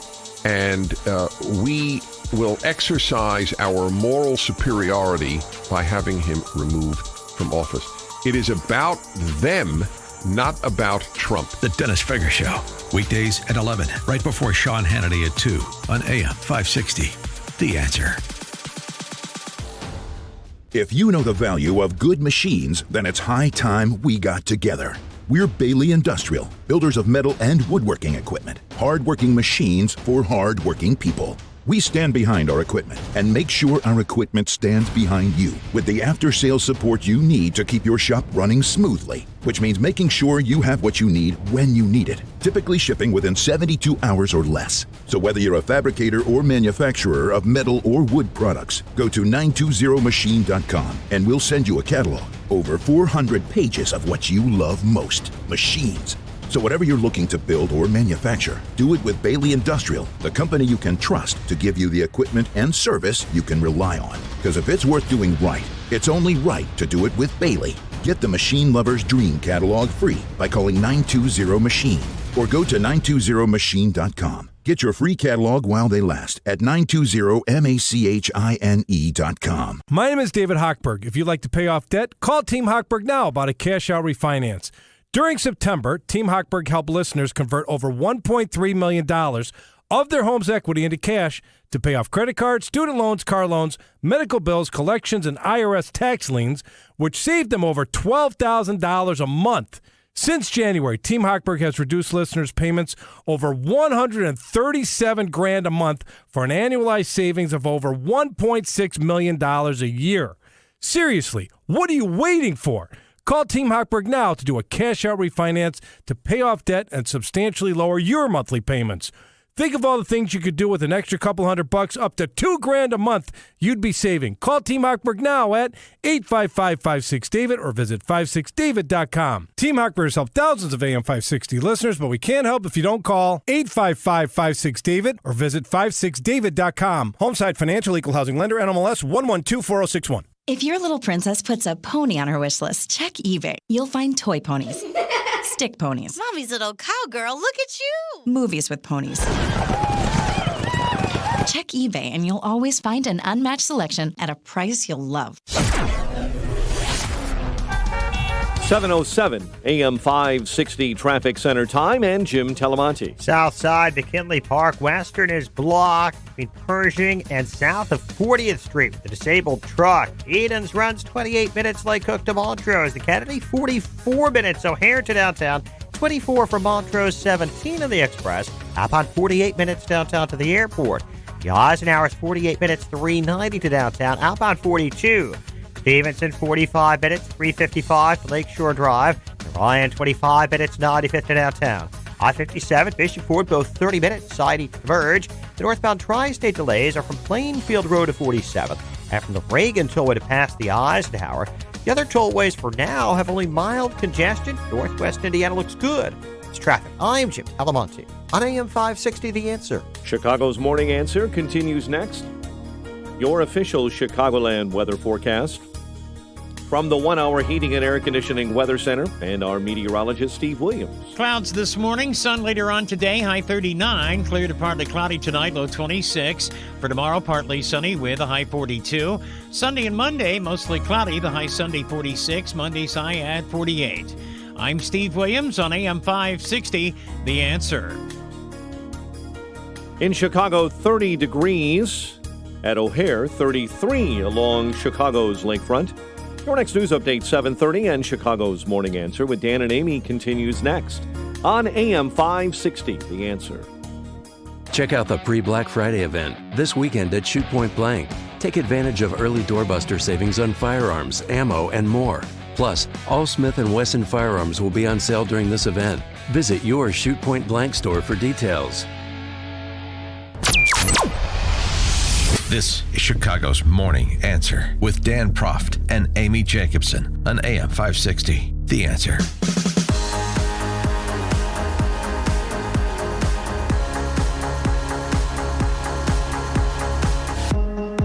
It's time for the Impeachment Theater. It's time for the Impeachment Theater. Impeachment Theater. Impeachment Theater with Shifty Schiff.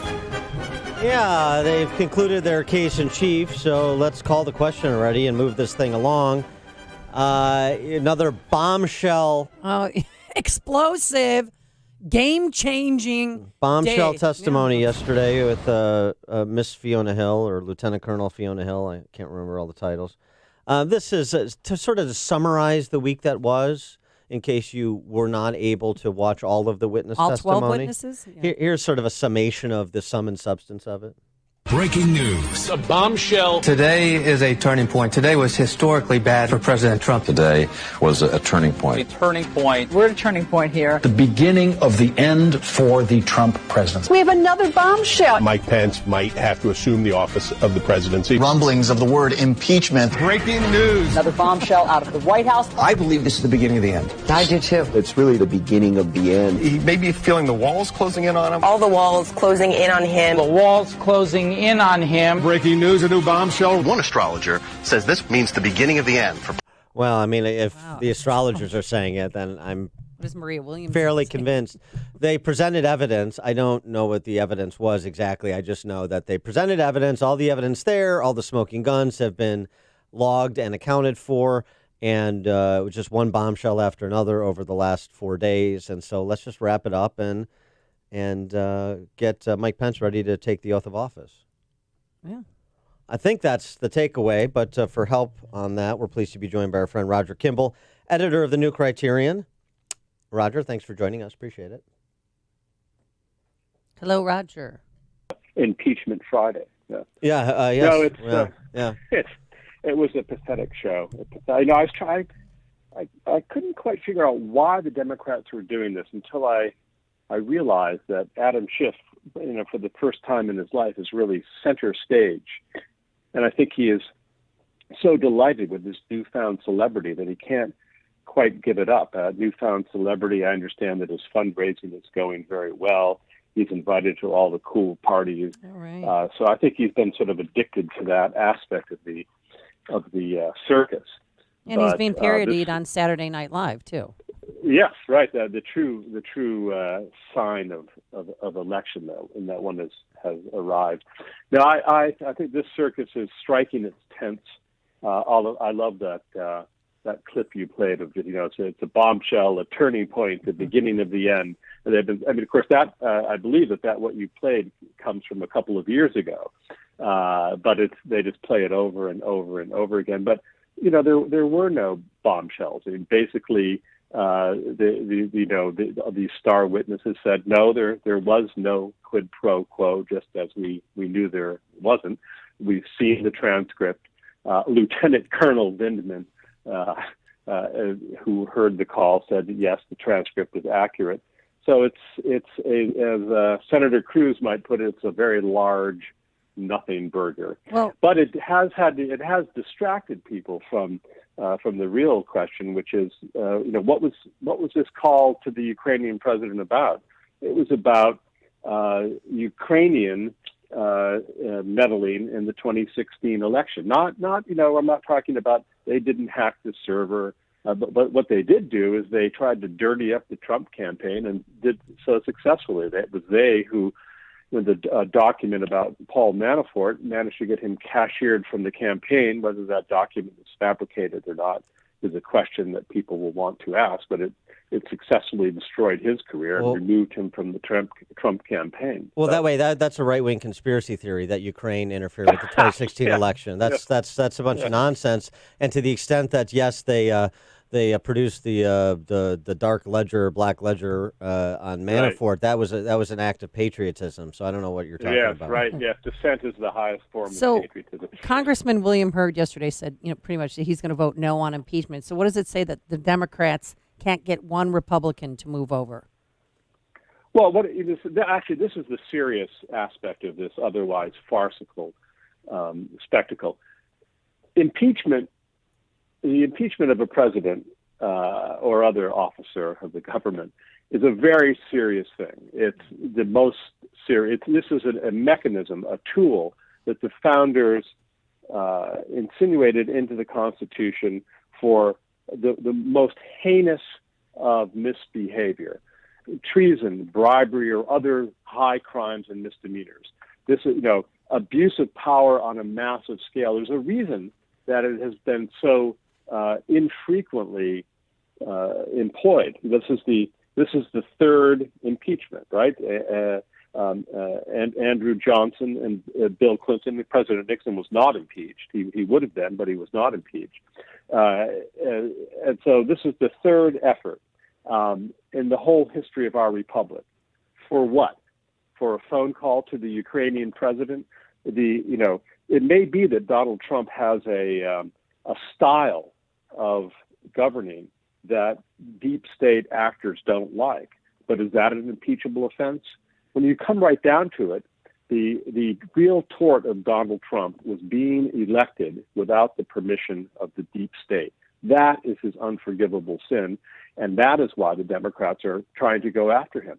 But what's dangerous about this is that having weaponized impeachment, the Democrats have opened the way to using this whenever, we don't like the president. Therefore, we're going to impeach him. That way lies madness. What happens the next time that the Republicans are in charge of the House and there happens to be a Democratic president they don't like? Will they go through this charade? Well, the Republicans being the Republicans, they probably won't. But it's a very dangerous precedent that the Democrats have initiated here. Fortunately, it's not going to go anywhere. This will be forgotten. Well, it won't be forgotten exactly, but it's not going anywhere. By the new year, people will be on to something else. But it is a good illustration of the fact that the Democrats care only about their position, their power, not about the good of the country. It's shocking, really. Well, it's interesting too, because if they're concerned solely about political power, you'd think they'd be more judicious in pursuing it. A new polling out yesterday from Emerson College finds 45% opposed to impeachment, 43% who support it. That's a 6-point swing against the Democrats from October.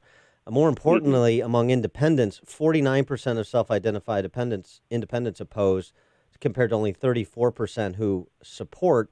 In another survey in Wisconsin by Marquette University, finds for the 40% think the president should be impeached, 53% who do not, and that he's seen his numbers improve in Wisconsin too as these hearings have proceeded forward through this week.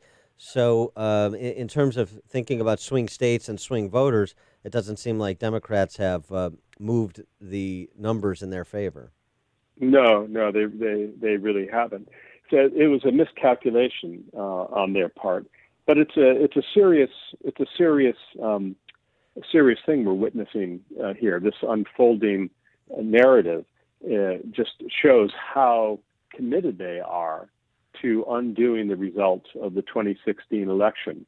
This is really kind of just a second pathetic part of their revenge fantasy for Donald Trump's having been elected. The Russia collusion fantasy didn't work, so now they're trying what is essentially the same show with different terminology. This isn't going to work either. But it's interesting to ask oneself, who is in charge? Who governs us? Is it our duly elected president, or is it these deep state actors? Lieutenant Colonel Vindman, what was his complaint? So, well, the president was he was suggesting policies that were in contravention of the settled consensus policy that we were pursuing. That was his complaint. In other words, he implied that making U.S. foreign policy was up to him, but it's not. One of the other things, though, just in terms of the takeaways, to take a step back and look at the larger picture beyond the back and forth with each utterance from each witness, is, and you're sort of getting to this idea that you can have the position that Trump was inartful on that July 25th call. That he shouldn't have brought up Biden or Burisma. You can have that position. You can have the position. You can have that position that he shouldn't have opened this other channel of intervention with Rudy Giuliani. Involving Rudy Giuliani was a bad judgment call. You can have those positions and also say, but those do not rise to the level of an impeachable offense. And it seems to me that we're conflating, if you don't like anything he did, or if you find anything he did objectionable, that's synonymous with impeaching and removing him from office. Yes, no, that's absolutely correct. I mean, Donald Trump has a style of governance that is unusual. Let's face it. I mean, what other president would take time off for a photo op with Kim Jong-un? Donald Trump did that because his idea is that his own negotiating skills are so potent that he might be able to make a positive difference in our relations with North Korea. Ditto his meeting with President Putin. Russia is certainly an adversary of the United States. And President Putin is a thug. No question about that. Many presidents would not deign to meet with him for fear of, giving him the street cred that, the U.S. Meeting with the U.S. president confers on one. But that's his style. That is not an impeachable offense. It's the objection to Donald Trump, to a very large extent, is aesthetic. People don't like his style of governance, but it's been obvious what his style is from the very beginning, and 63 million people voted for him. He won. If you don't like it, 2020 is coming up. And note, by the way, that Speaker Pelosi said this was too important to be left to the electorate. She said we have to impeach him. We don't want to have it. We shouldn't let this go to an election. But that's a very dangerous statement that she made. Yeah, well, they're going to lose in 2020. But here's the thing. You talked about a ratings flop. A bigger ratings flop was a Democratic debate, 6.5 million viewers, and the first debate, 18 million viewers. Do you think they have post-impeachment hearing fatigue, or they just aren't impressed with any of the candidates? Well, I almost feel sorry for them with the emphasis on the adverb, I guess. But I mean, it's a pathetic crew. I mean, Joe Biden, if somebody was saying to me, it's like, watching Joe Biden is like watching somebody go out at night in the woods with a flashlight with two dying batteries. The man is pathetic. And he's the lead. He's the guy who's supposed to be, he's the reasonable one. I actually believe that the eventual nominee won't be any of those people. I don't know who it will be, but I don't think it will be any of them. But we'll see. It's it's a pathetic show, and I mean the Democrat. I'm a Republican, but a two-party system, a vibrant two-party system, is a good thing for the country. Where are the Democrats who can actually stand up and say, I'm a patriotic American. I want America to do well in the world. I am for prosperity. I am for putting people to work. all of the things that a Scoop Jackson Democrat, for example, would have said. I don't see anyone on the Democratic side of the aisle standing up and saying, I'm a proud American, I'm a patriot, I think America's a great country.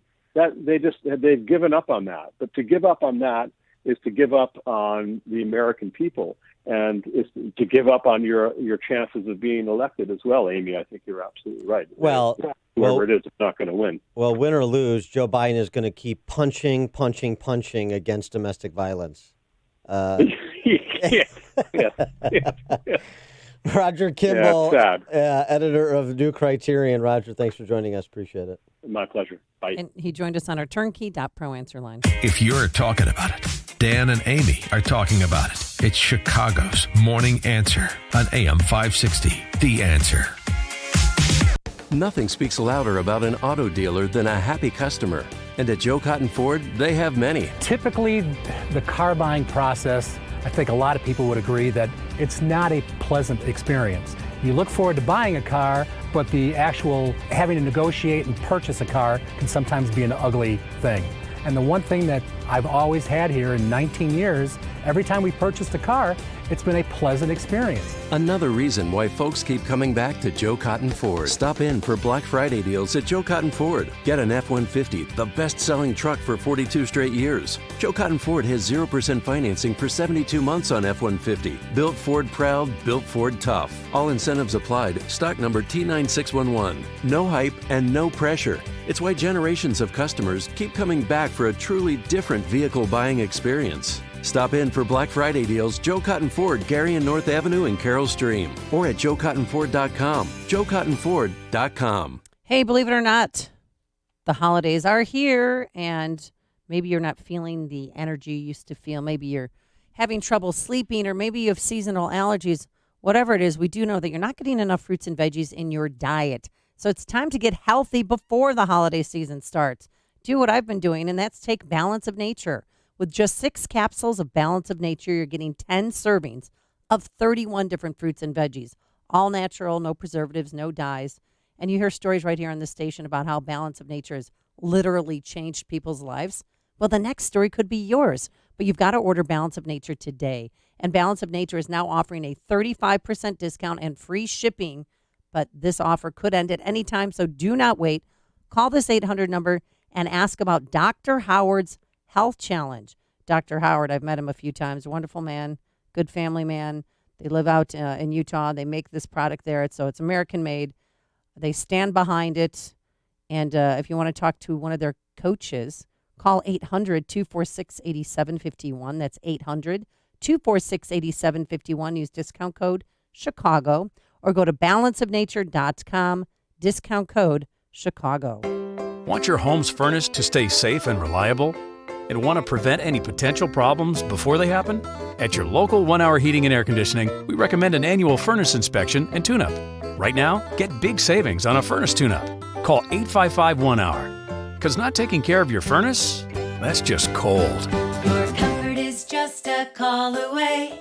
Call 1 Hour. Terms and conditions may apply. Call for details. Independently owned and operated. Licensed in the respective state or county.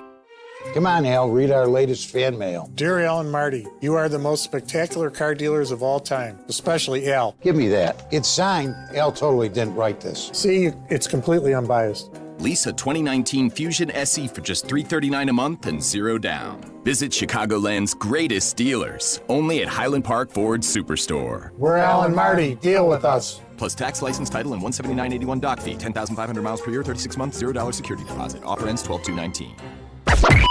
AM 560, The Answer. 'Tis the season for giving, and we are helping. Well, we're trying to help 600 Venezuelan families who have fled to Colombia for food and survival.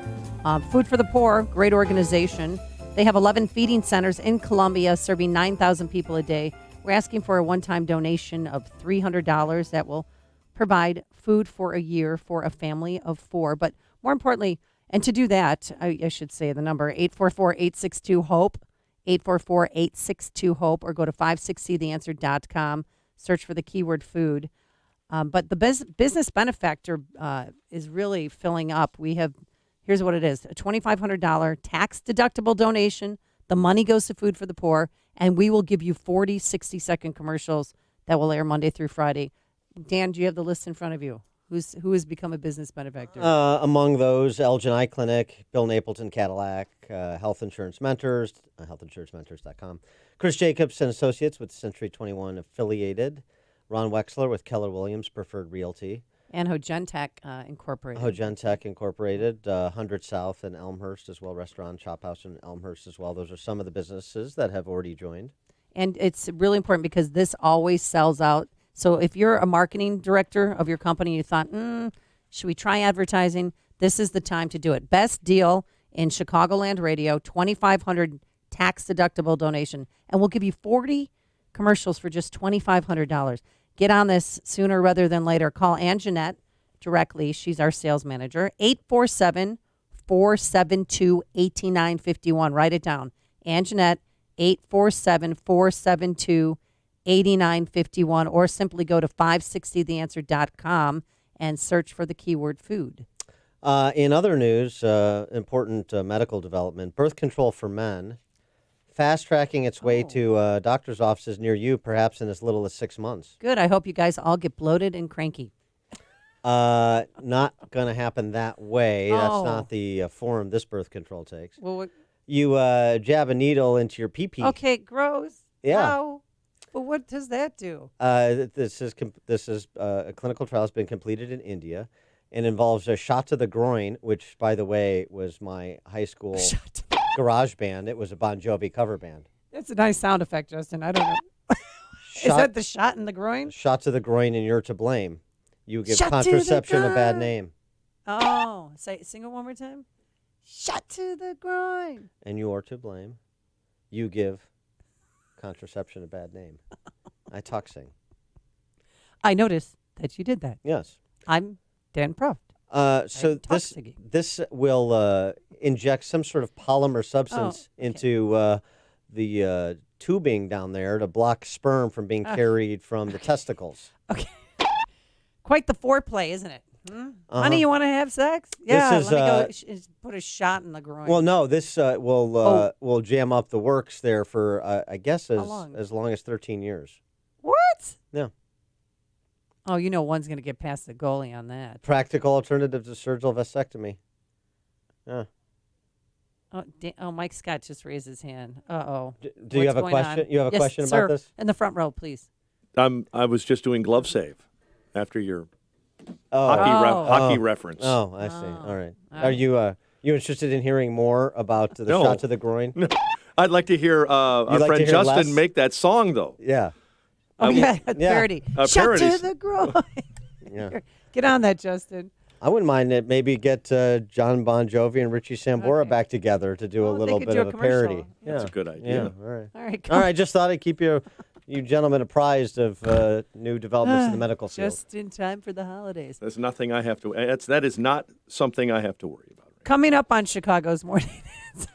All right. Mike explains why he doesn't. I have 4 reasons at home. We're going to find out more about Mike's personal life. But then after that, at 7:37, Rob Henderson joins us to talk about the leisure class.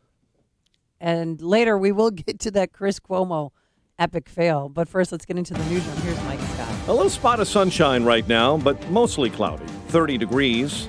No injuries after a Philippine Airlines flight was forced to make an emergency landing at LAX. The Boeing 777 suffered an engine failure shortly after takeoff for Manila.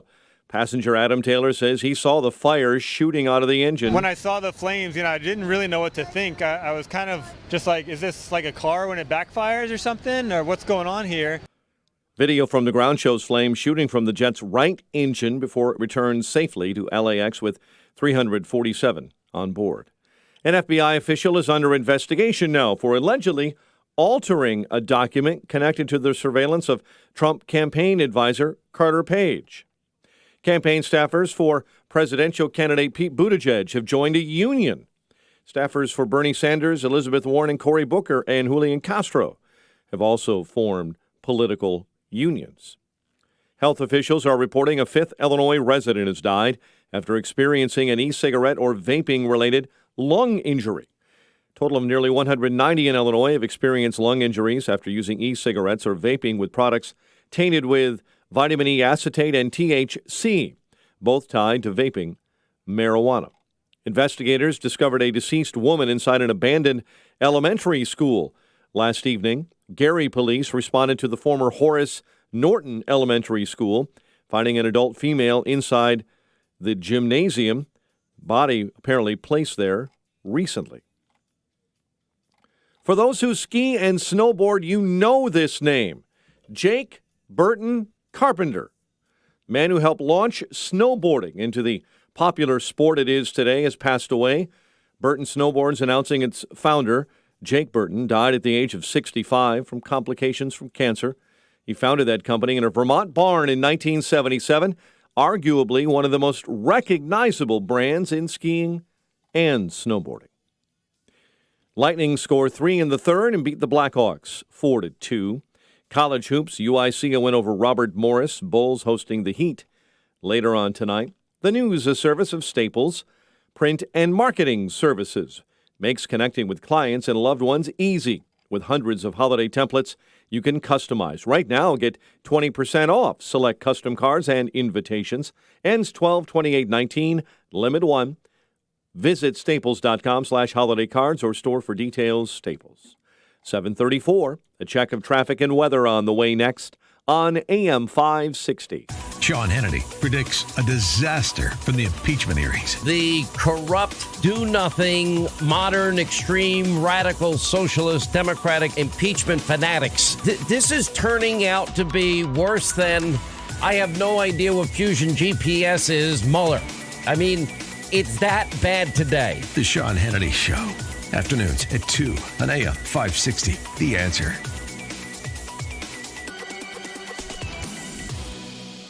Balance of Nature's fruit and veggie capsules contain 100% vine-ripened fruits and vegetables, tested pure with no pesticides, fillers, or additives of any kind, and are the most effective whole food supplements on the market today.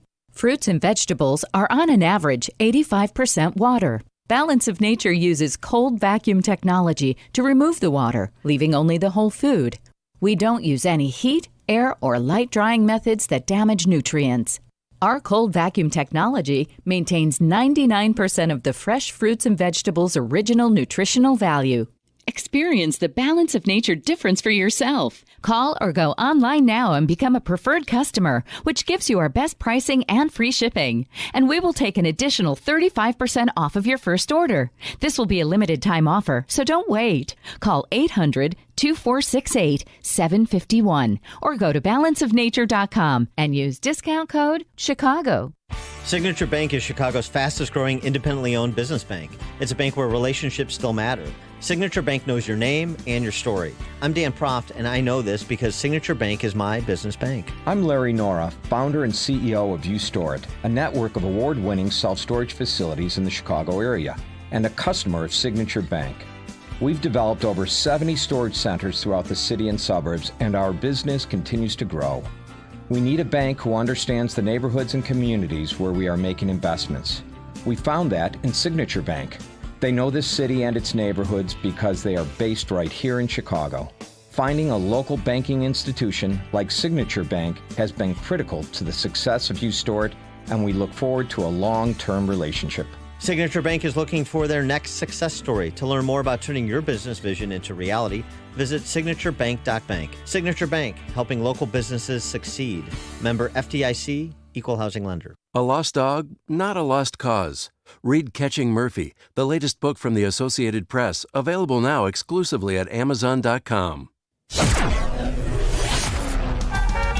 7:36 AM 560 Traffic Center time, and Jim Talamonte. Northbound Tri-State traffic is slow from LaGrange Road to 47th and from the Reagan Tollway to past the Eisenhower. Eastbound Reagan Tollway jammed from the Aurora Toll Plaza to 59. Northbound Veterans Memorial delays are from the Mountain Toll to the Reagan Tollway. Eden's 26 minutes, Lake Hook to Montrose. Kennedy, 46 minutes, O'Hare to downtown, a little quicker in the Express. Eisenhower, 48 minutes, 390 to the Burns Circle.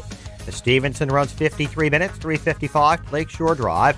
Ryan, 28 minutes, 95th to downtown. I-57, Bishop Ford, both 29 minutes. I-80 to the merge. Lakeshore Drive is heavy southbound before Belmont to North Avenue. Northbound from the Stevenson to Jackson. Northwest Indiana looks great. That's traffic. I'm Chip Calamonte on AM 560, The Answer. Chicago's Morning Answer continues next. Your official Chicagoland weather forecast from the 1 Hour Heating and Air Conditioning Weather Center. A colder day ahead with a little bit of sunshine popping through this morning. Clouds this afternoon, high 39. Clear to partly cloudy overnight, low 26. 30 right now. Next news coming up at 8. Chicago's Morning Answer with Dan and Amy continue next on AM 560, The Answer. This hourly segment is brought to you by Get Down to Business with Shalom Klein, the show for business and jobs powered by Tandem HR. Heard Sunday evenings at 6.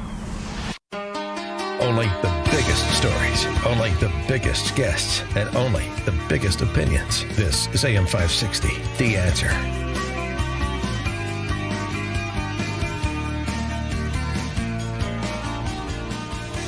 Top of the morning, Dan and Amy, and fascinating piece in Quillette.com about the so-called leisure class. Rob Henderson is a PhD candidate at the University of Cambridge. He got his undergraduate degree at Yale. He's a veteran of the U.S. Air Force. Oh, boy. Must have been tough for him at Yale, having served in the military and all. And we'll have to make sure we refer to him by his proper rank, too. I don't want to get in Devin Nunes trouble. But the piece is about the elites in society. He writes, in the past, people displayed their membership of the upper class with their material accoutrements. But today, luxury goods are more affordable than before. People are less likely to receive validation for the material items they display.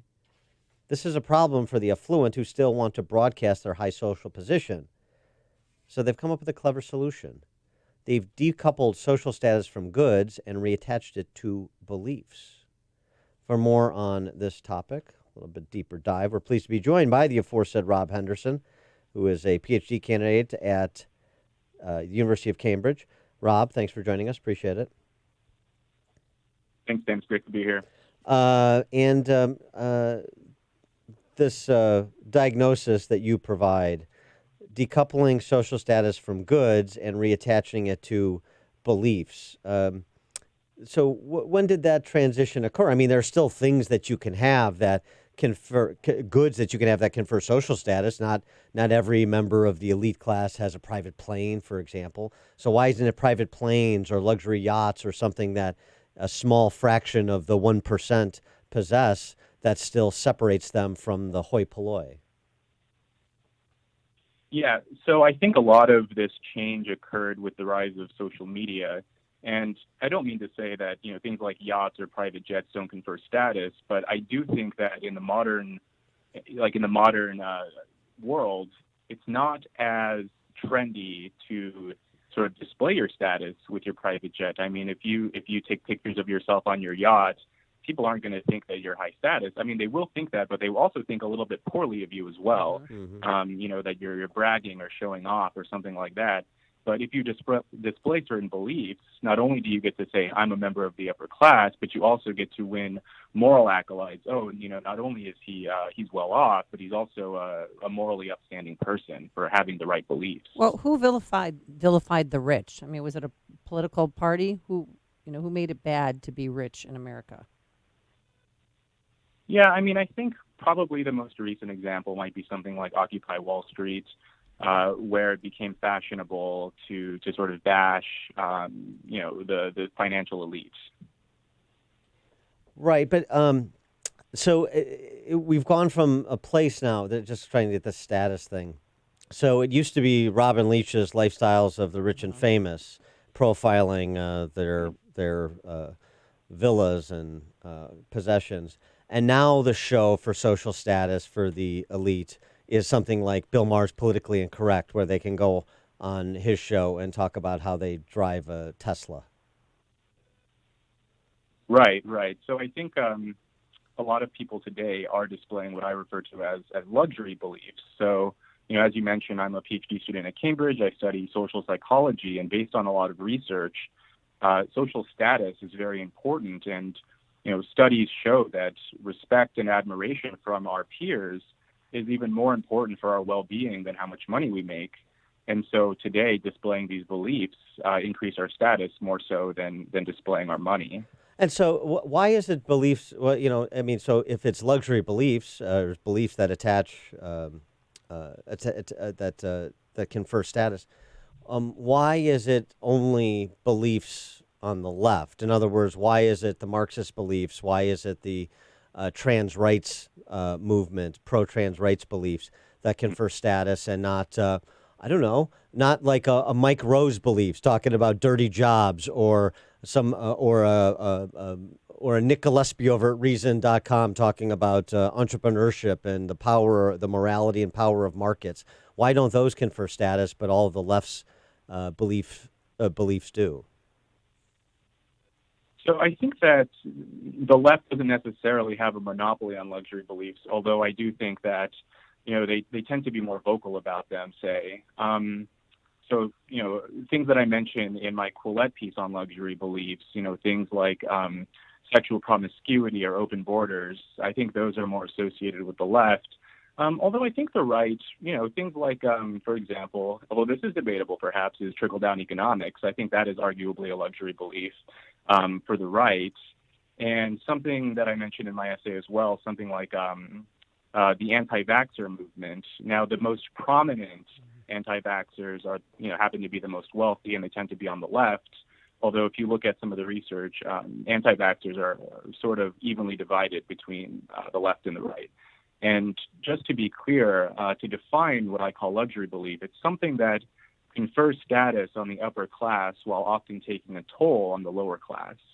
So it sort of makes the upper class person look great while also sometimes harming those below them. So this is sort of what this sort of helps explain what Charles Murray was getting at in his book on the topic, roughly on the topic, Coming Apart, where he talked about elites, wealthy people who don't preach what they practice. They practice responsibility, personal responsibility, saving, family structure, but they don't preach it. They practice it because it's good for them. They don't preach it because preaching the opposite is also good for them because there's social status that's conferred by doing so. Yeah, that's exactly right. So one thing that I noticed, for example, among my peers in undergrad at Yale is that in their public opinions, in their expressions, they tend to be very much in favor of sexual freedom, championing, promiscuity and this kind of hookup culture. But then if you look at the people who get married and the people who are the least likely to get divorced, it tends to be the upper class. They have the lowest divorce rates, the highest marriage rates. And, one of the figures I actually cite from Charles Murray's book in my Quillette piece is the finding that in 1960, the percentage of American children living with both of their birth parents was identical for both affluent and working class families. So 95% of children were born into a family with both of their birth parents who raised them. And by 2005, the number for affluent families was still 85%. So not too much of a change for them, but for working class families, it plummeted to 30%. So today, 30% of working class children are born into a single parent family, or rather, 30% are born to both their birth parents. 70% are born into some kind of single parent family or someone other than their parent. So doesn't that sort of speak to the social contagion of the hypocrisy that Murray was describing? Right. That's exactly. Yeah, I think there is this sort of the public position of a lot of the affluent is, do what you want, non-judgmental attitudes, everything goes. But then when you look at their private lives, in their sort of habits and their behaviors and the sort of virtues they practice, they very much live this sort of traditional life of, work hard, go to college, be patient, delayed gratification, get married. But then when you ask them, oh, what do you think about this or that? They say, oh, everything's fine. So in a way, I argue that they're sort of hoarding the sort of cultural and social capital for themselves, which is very much along the lines of what Charles Murray argues. And Michael Schellenberger, who writes at Forbes, he had an interesting piece a while back about climate change. He writes on environmental issues a lot. And talking about the hypocrisy, we focus in on, say, whether it's Greta Thunberg or Leonardo DiCaprio, they come into town on a private jet and tell you to turn off your electricity and build a windmill, and then they jet back off. And so the hypocrisy.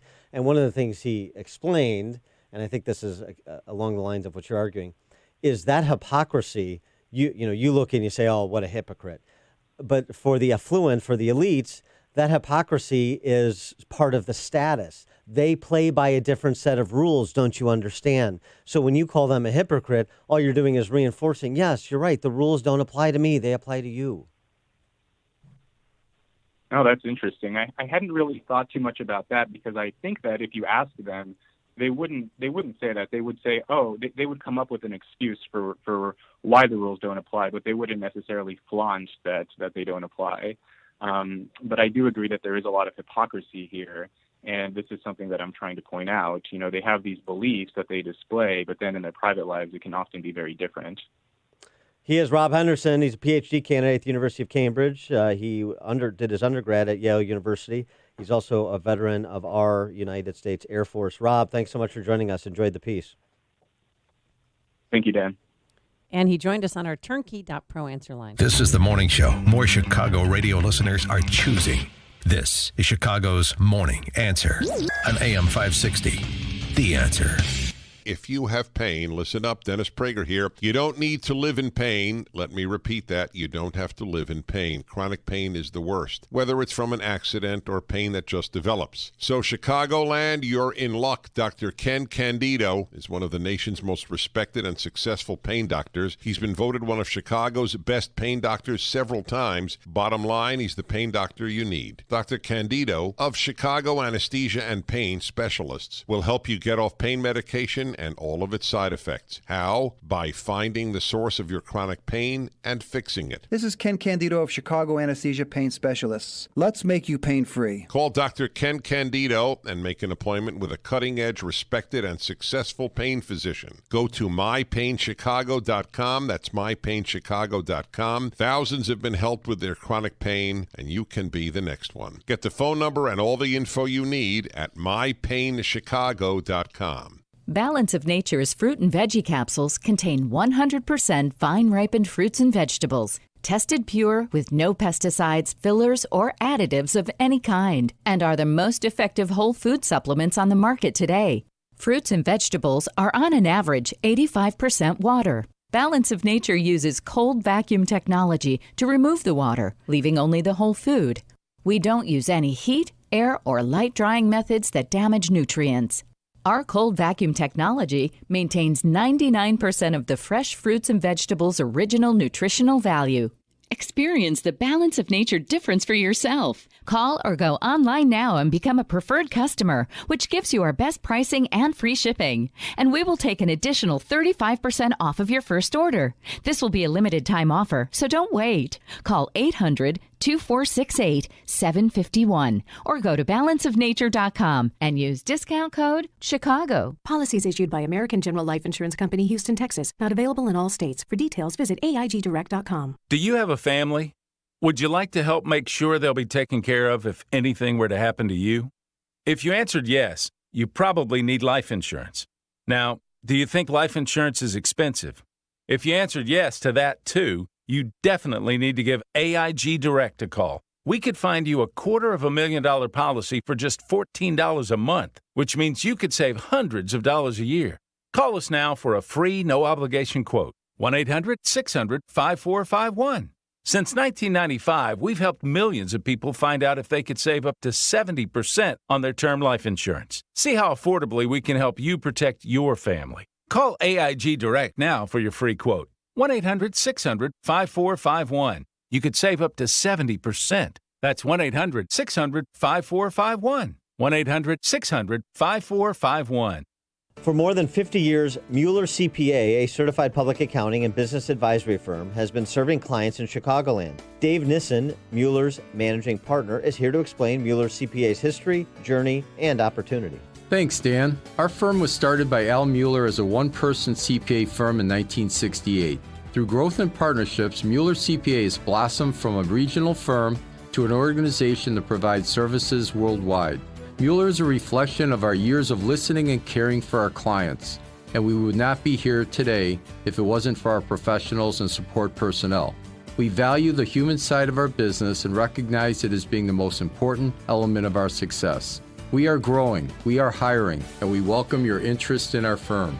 If you are looking for your first opportunity or your forever career, join an award-winning team that cares about you. Visit the career page at MuellerCPA.com or call Dave directly at 630-524-5274. Where has the year gone? It seems like the holidays sneak up so fast. As you probably know, most retailers do their shopping in the first quarter of the year. However, Fox Valley Coins is gearing up now for the busiest season of the year. Fox Valley Coins wants to buy now before Christmas. Fox Valley Coins is one of the largest coin dealers in the entire Midwest. And with the current price of precious metals, rare coins, and currency, business has been crazy. They buy and sell all major forms of gold, silver, platinum, and palladium, and specialize in rare and collector coins and currency. For larger collections, they'll even make house calls to your home or bank from now through October. Fox Valley Coins is on Route 59, just 1 block north of I-88, at the Naperville-Warrenville border. Online at foxvalleycoins.com. Sure, they'll buy after Christmas, but they're stocking their shelves now. Take advantage. Fox Valley Coins. Online at foxvalleycoins.com. Buying, selling, and appraisals since 1981. AM 560, The Answer. President Trump was just on with Fox and Friends this morning, called into the show. Mr. President, was there quid pro quo, extortion, bribery?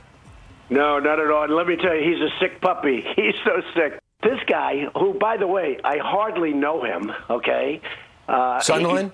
I've spoken to him a few times. How about the guy with the telephone? How about that one? I guarantee you that never took place. He said he's sitting there listening to me. I spoke so few times to him. But the guy yesterday on the telephone, David Holmes, yes, I heard the conversation. Well, I have really good hearing, and I've been watching guys for 40 years make phone calls, and I can't hear when and you could be 2 feet away. I can't hear people making calls. I can't hear the other side. The phone's up in the air unless you have it on a speakerphone. You can't do it. Right. That was a total phony deal.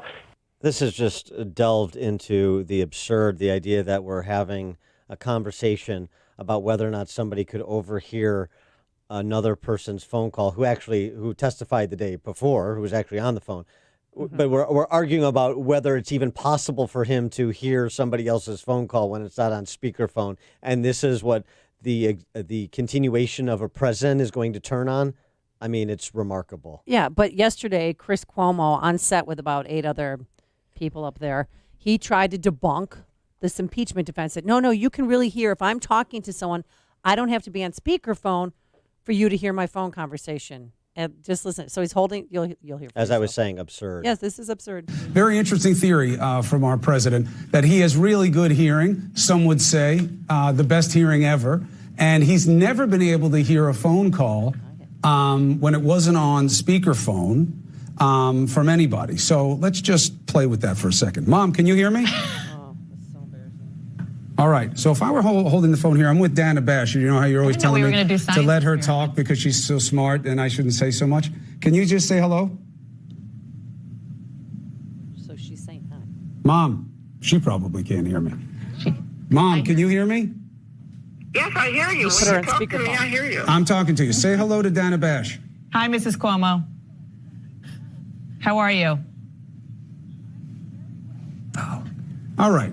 So I can't hear your mother, Chris. You're over there. So this is across the table. This is not on speakerphone. I'm sitting across the table. It's not on speakerphone. It's regular phone. It's 2 feet away from Dana. She can hear my mother. I'm not sure Mom can hear us. Mom, thank you very much. Thank you for not saying anything that'll get me in trouble. I'll call you back. I love you. All right. So can I offer direct testimony? Please. It did say mom on this. Yes.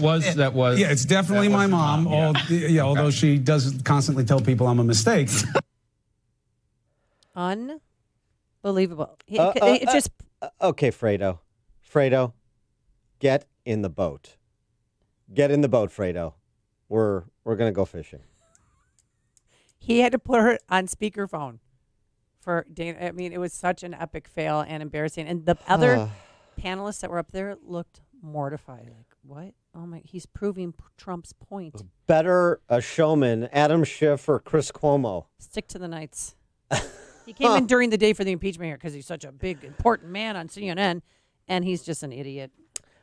Sort of, it's apropos of nothing, but other than just the week that was. I just love Jim Jordan's question to David Holmes. Mr. Holmes, to you. And this is about the 13 conversations Bill Taylor had, at no point bringing up any conversation with David Holmes or this phone call that he suddenly remembered he overheard recently that brought him to be the Democrats' closing witness yesterday. I mean, just see if you can follow any of this. And now think about this as people who are paying attention more than most. Think about how confusing this must be to anybody paying passing attention to the last week of this theater of the absurd, as I said. Yet their star witness, their first witness, Ambassador Taylor, when he came here, he related 13 different conversations he had between July 18th when the aid is frozen, September 11th when it's released. 13 different conversations, never once mentioning this call. July 19th, Dr. Hill, Colonel Vindman told Taylor what Sondland told them. July 19th, Sondland told Taylor about the upcoming Trump-Zelensky call. July 20th, Sondland told Taylor what Sondland told Zelensky to tell Trump. July 20th, Dana Look tells Taylor what Zelensky told Dana Look. July 28th, Morrison tells Taylor what happened on the Trump-Zelensky call. August 16th, Volker tells Taylor what Yarmak told Volker. August 21st, Breckbull talks to Taylor. August 22nd, Morrison talks to Taylor. August 29th, Yarmak talks to Taylor. September 1st, Morrison tells Taylor what Sondland told Morrison about what Yarmak told Sondland. September 2nd, Morrison tells Taylor what Dana Look told Morrison. September 7th, Morrison tells Taylor what Sondland told Trump. And September 8th, Sondland tells Taylor what Trump told Sondland. Nowhere is there a Holmes tells Taylor what the President of the United States told Sondland. May I answer that 13 question? conversations. Yeah, I'll get to you. I'll give you a chance here in a second. But 13 conversations from their star witness. You're their closing witness, and he can't remember a call from a guy he works with every single day. You got all that? Coming up on Chicago's Morning Answer, Juan Williams will be here. It's 8 a.m. WIND Chicago. President Trump fires back. I'm Dave Anthony, Fox News. They've looked like fools over the last 5 days. These interviews. And President Trump just told Fox and Friends if he gets impeached in the House, he looks forward to his Senate trial. I want to see Adam Schiff testify about the whistleblower who's a fake whistleblower. That whistleblower got it all started concerning the president asking Ukraine's leader to investigate 2016 and Joe Biden and son. This conversation was flawless. It was appropriate. It was perfect. It was nice. Many witnesses have testified they believe the president was initially withholding aid to Ukraine in exchange for the investigations. And the president referenced Adam Schiff. Well, the Democrat leading the inquiry, who's been alleging bribery and extortion, said at the hearing yesterday, "It will be for us to decide whether those acts are compatible with the office of the presidency." And the president also reacted to news coming out of the probe into the probe of his 2016 campaign. Fox's Rachel Sutherland live in Washington. Dave, President Trump says expected reports on possible FISA court abuses will be historic. During an interview on Fox and Friends, he insisted the intelligence community was spying on his campaign and that he expects it went all the way to the top of the Obama White House. Dealing at the highest levels of government, they were spying on my campaign. This is my opinion. I said it a long time ago. The president reacting to a report that an FBI staffer in 2016 may have altered an investigative document related to the agency's surveillance of former Trump campaign advisor Carter Page. Dave? Rachel, the president also talked up the economy as strong, said they are still working on a trade deal with China, maybe close, and the president also said his health is fine, calling fake news reports that came out of his last-minute unscheduled trip to Walter Reed Medical Center last weekend. I'm hearing rumors that I had chest pains. Then I'm hearing rumors that I had a massive heart attack. Well, the president says his doctor called him, asked him to come in for the first part of his annual physical, and that's all it was. America's listening to Fox News. 30 degrees and a little bit of sunshine. 8:02 on AM 560. The Answer. Good morning. I'm Mike Scott. Health officials are reporting that a 5th Illinois resident has died after experiencing an e-cigarette or vaping-related lung injury. A total of nearly 190 people in Illinois have experienced lung injuries after using e-cigarettes or vaping products tainted with vitamin E acetate and THC. Both are tied to vaping marijuana. An investigation is underway after a woman was found dead in a burning car on Chicago's north side. Body discovered early this morning in the back seat of a parked vehicle in the 1400 block of West Farragut Avenue. A 13-year-old boy is dead, struck by a vehicle in a South Chicago neighborhood. A man driving last night when he struck that teen in a crosswalk in the 8300 block of South Exchange. The driver did stay at the scene. Authorities are investigating. Investigators discovered a deceased woman inside an abandoned elementary school late last night in Gary, Indiana, where police say they responded to the Horace Norton Elementary School, found an adult female dead inside the abandoned school. Authorities say 5 officers were hurt after 2 Chicago police vehicles collided at an intersection, responding to a call. Chicago Fire Department spokesman Larry Langford telling us 2 officers were hospitalized in serious condition. 3 others had their condition stabilized before being transferred to area hospitals. The Lightning scored 3 in the third period in a 4-2 win over the Blackhawks in Chicago. Bulls host the Heat tonight. Illinois football, it's a big one tomorrow. The Illini have won 4 in a row. Bowl eligible. They take on surging Iowa. And the Bears host the Giants on Sunday. It's 8:03, time for the AM 560 Business Beat. It is a service of Signature Bank, helping local businesses succeed.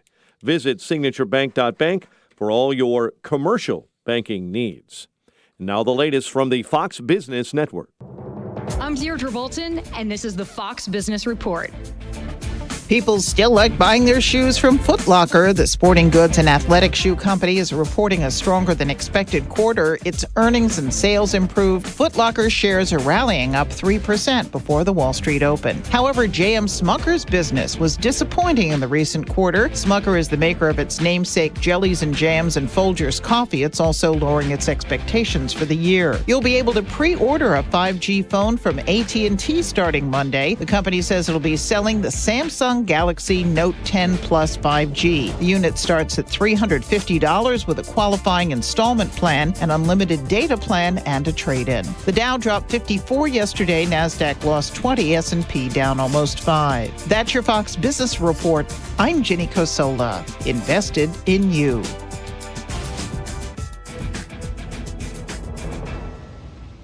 Hey, how would you like to have your mortgage or rent paid for an entire year? Would that qualify as a Christmas miracle? It's a Christmas miracle. Yeah, you betcha. So it could happen if you enter to win our Christmas Mortgage Miracle contest, presented by AM Woodland Outdoor Design from now through December 20th. But you can only win if you enter. And to do that, go to 560theanswer.com and search for the keyword miracle. That's 560theanswer.com, keyword miracle, to enter for a chance to have your mortgage or rent paid for all of 2020. Message and data rates may apply.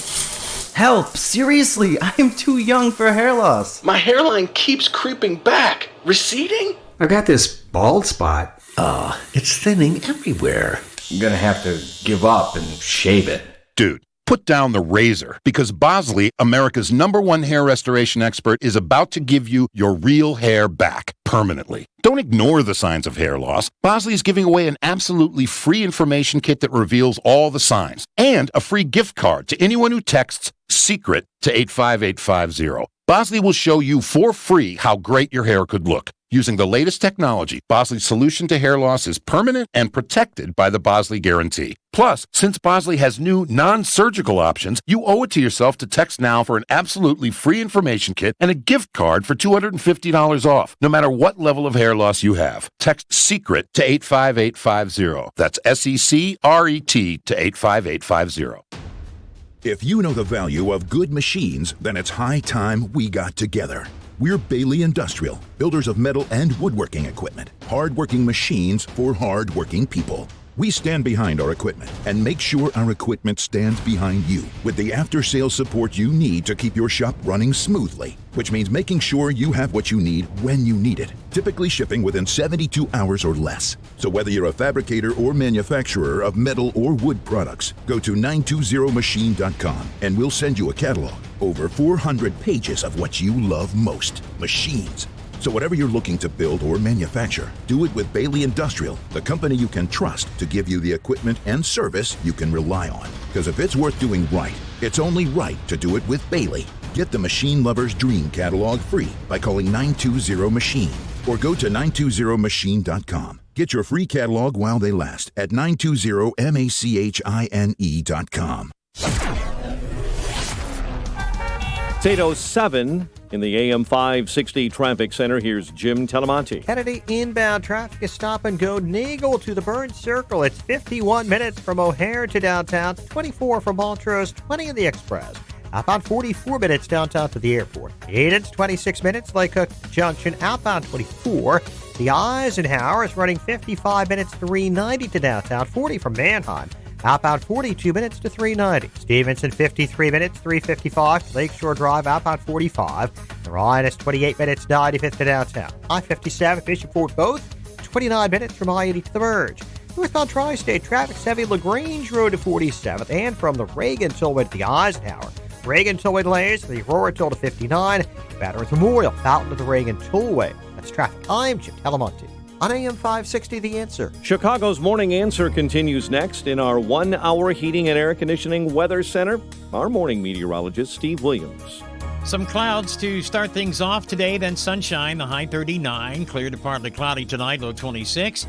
For tomorrow, partly sunny with a high 42. Sunday and Monday, cloudy, the high Sunday 46, Monday's high 48. I'm Steve Williams on AM 560, The Answer. 30 degrees at O'Hare. We have clouds and sunshine right now. Your next news update at 8:30. And Chicago's Morning Answer with Dan and Amy continues next on AM 560, The Answer. Check out the pre-Black Friday event this weekend at Shoot Point Blank. Take advantage of early doorbuster savings on firearms, ammo, and more. Plus, all Smith & Wesson firearms will be on sale during this event. Visit your Shoot Point Blank store for details. This is Chicago's Morning Answer with Dan Proft and Amy Jacobson on AM 560. The Answer.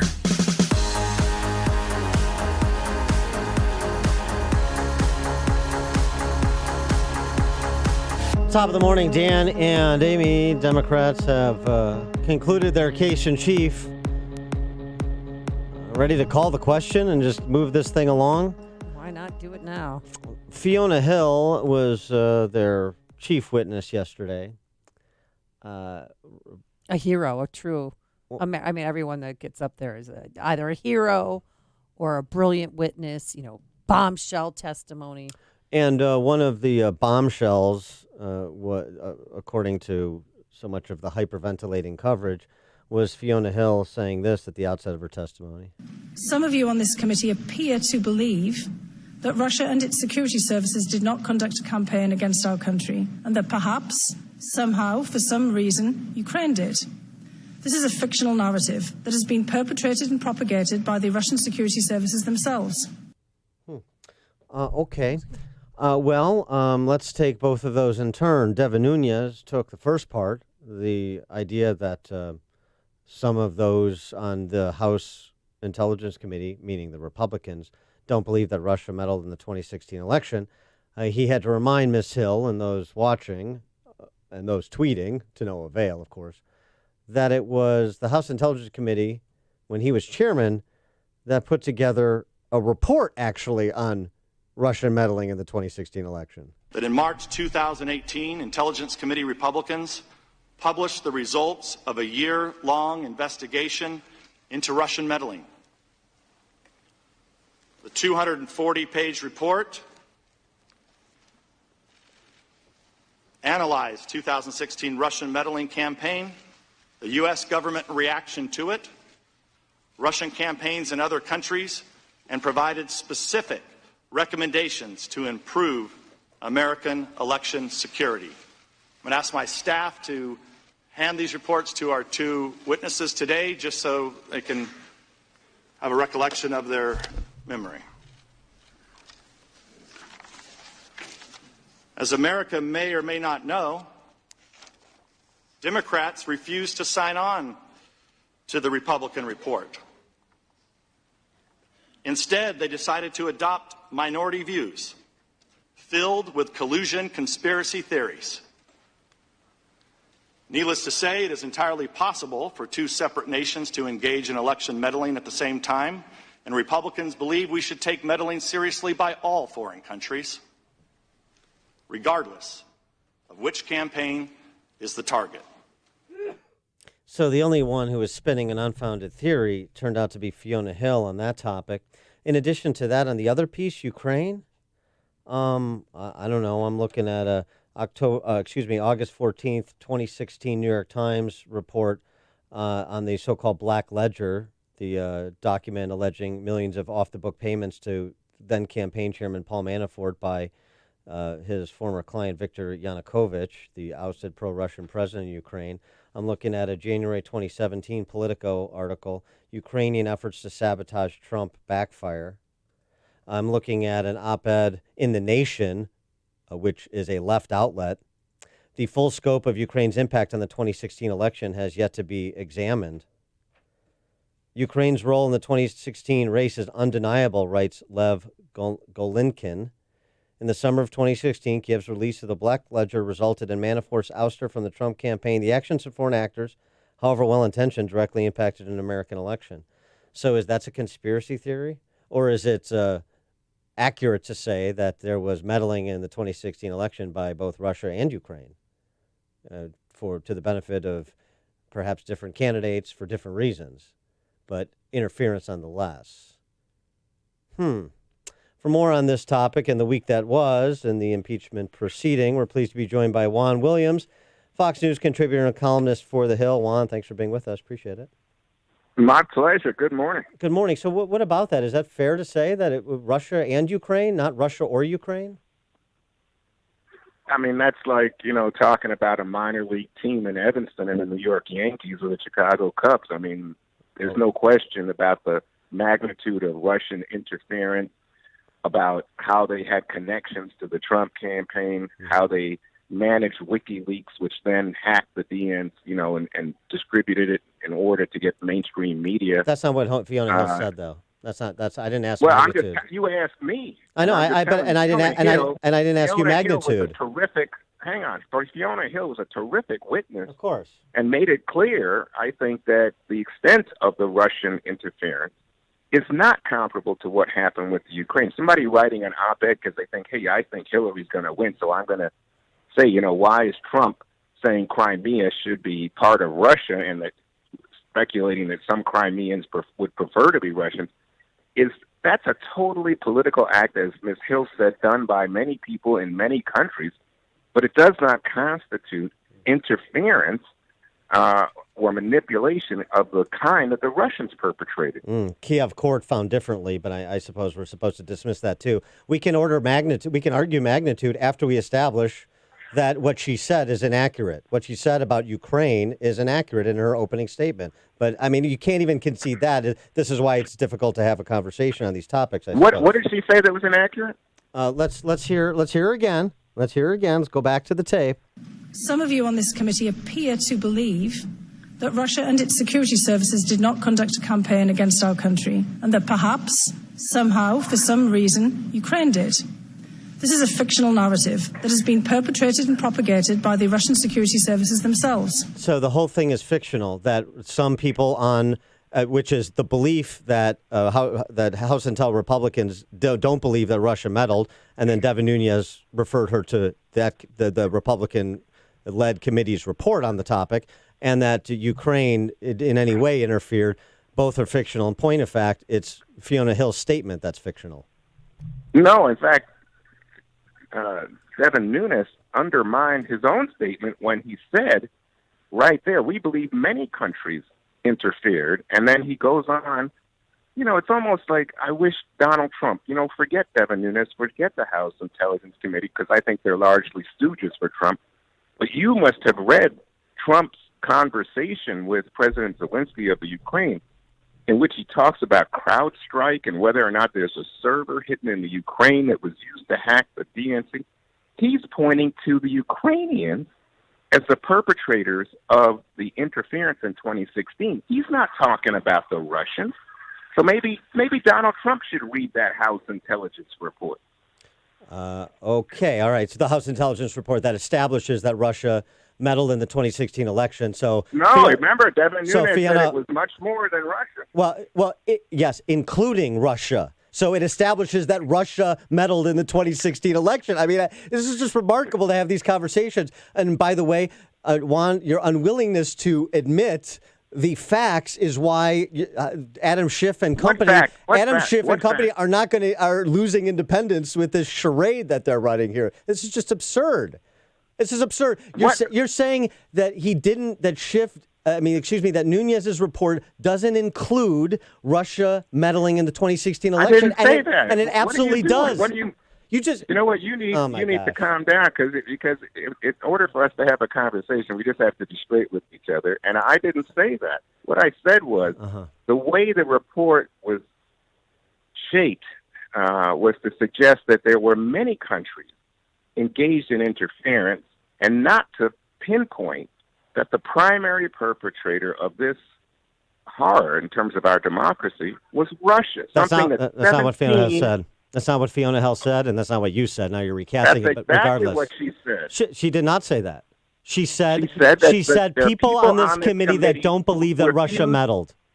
That's what she said. Who don't understand. No. And don't believe that Russia was the primary actor. She didn't say primary actor. You're putting words in her mouth. You want me to play it again? We'll just sit here and do this all day. Because if you can't establish that 2 + 2 is 4, then there's no point in having any other conversation, is there?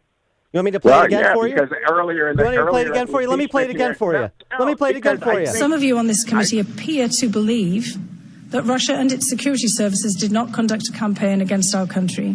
Where did she say primary actor there? I said it to you. What are you doing? I mean, it sounds to me like I you said just Fiona. and silliness. But if you want to have a serious I said Fiona Hill. I said Fiona Hill. What her statement was inaccurate. You're not playing the entirety of everything Fiona Hill said over a day of testimony. Well, I know. I'm saying that statement she just said there. Because why? I'm saying that statement across as just being somehow provocative, but you're not actually informing the audience. The audience deserves better. Oh, thank you for your concern about our audience here at the Morning Answer. I played her statement, and I said that statement was inaccurate, and you can't bring yourself to say that that's true. You have to recast, so you have to put words in her mouth. Fine, do that. Go talk to Donald Trump and see why is he telling the president of Ukraine, hey, I need a favor. You know, while you're waiting for military aid from the U.S. to fight off those Russians, I need a favor. Go find some stuff out about a server hidden in your country that's the real source of interference in the 2016 campaign. Maybe he should read your report. I'll tell you what. I'll get Gordon Sondland to call Trump, and then I'll just listen from afar to their conversation. How's that sound? Juan Williams from The Hill, thanks for joining us. You're welcome. Listen to Dan and Amy on your smartphone. Download the AM560 mobile app today at 560theanswer.com/mobile.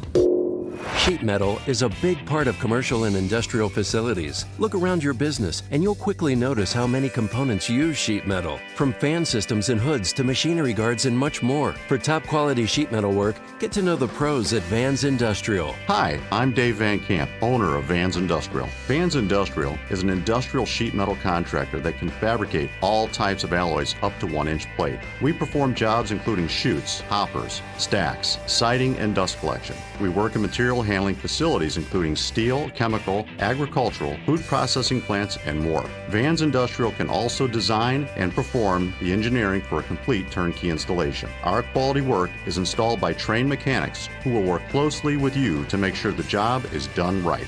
Vans uses only the best and safest union-trained mechanics, insured at the highest level. Call 833-VANS-IND. That's 833-VANS-IND. Or on the web at vansindustrial.com. Well, that was fun. Maybe I can send Juan Williams some Balance of Nature, and that will help.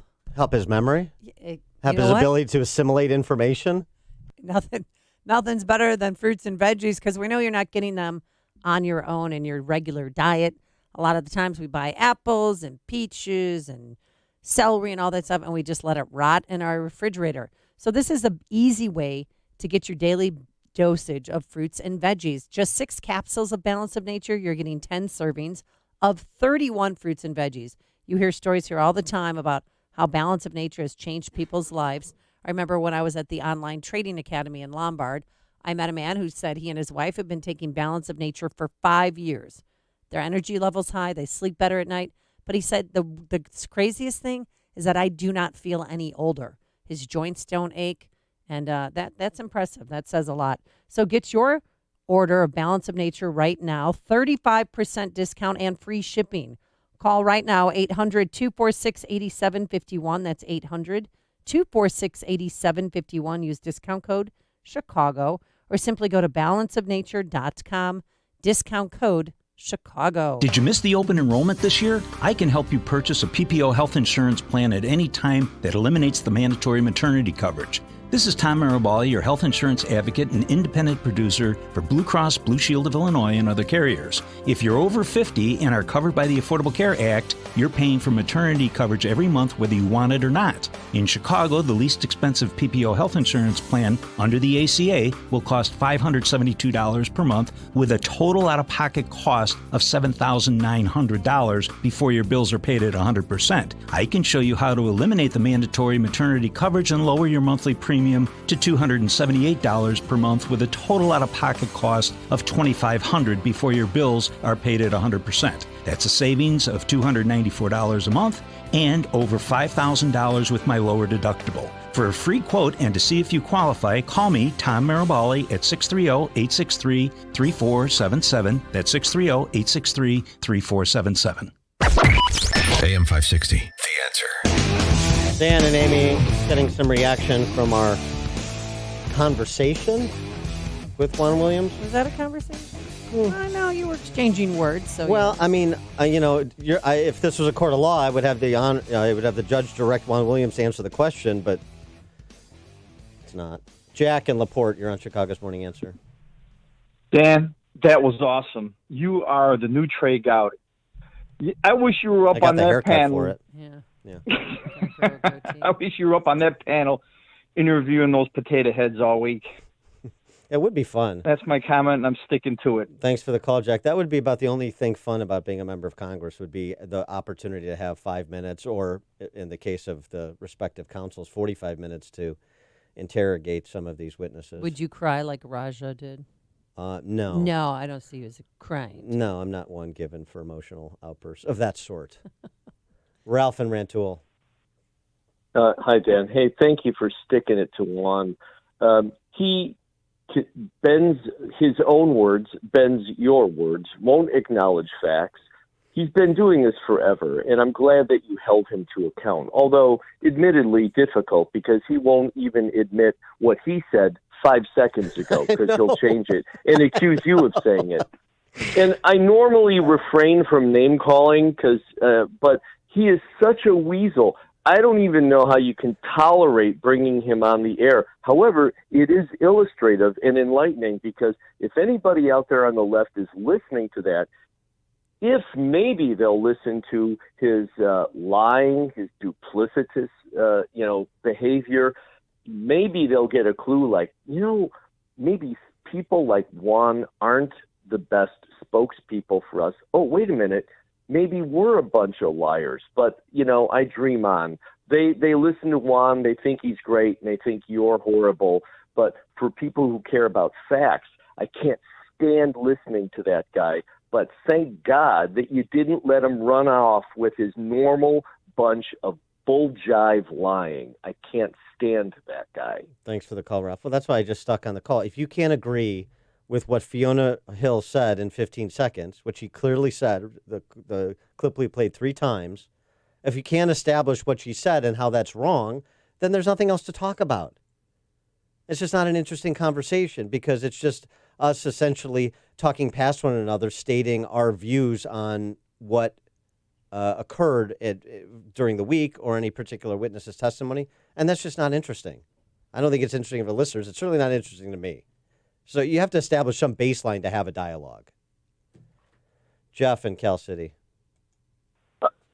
Good morning, Dan and Amy. I just came in the radio, in the radio station just a short while ago, and I heard Juan Williams, and I was about ready to scream at the radio because when he was making his argument just before you went to break, he had said he was imitating Trump and saying, "Listen, leader of Ukraine, I need a favor from you," and then he added in, "while you're waiting for military aid."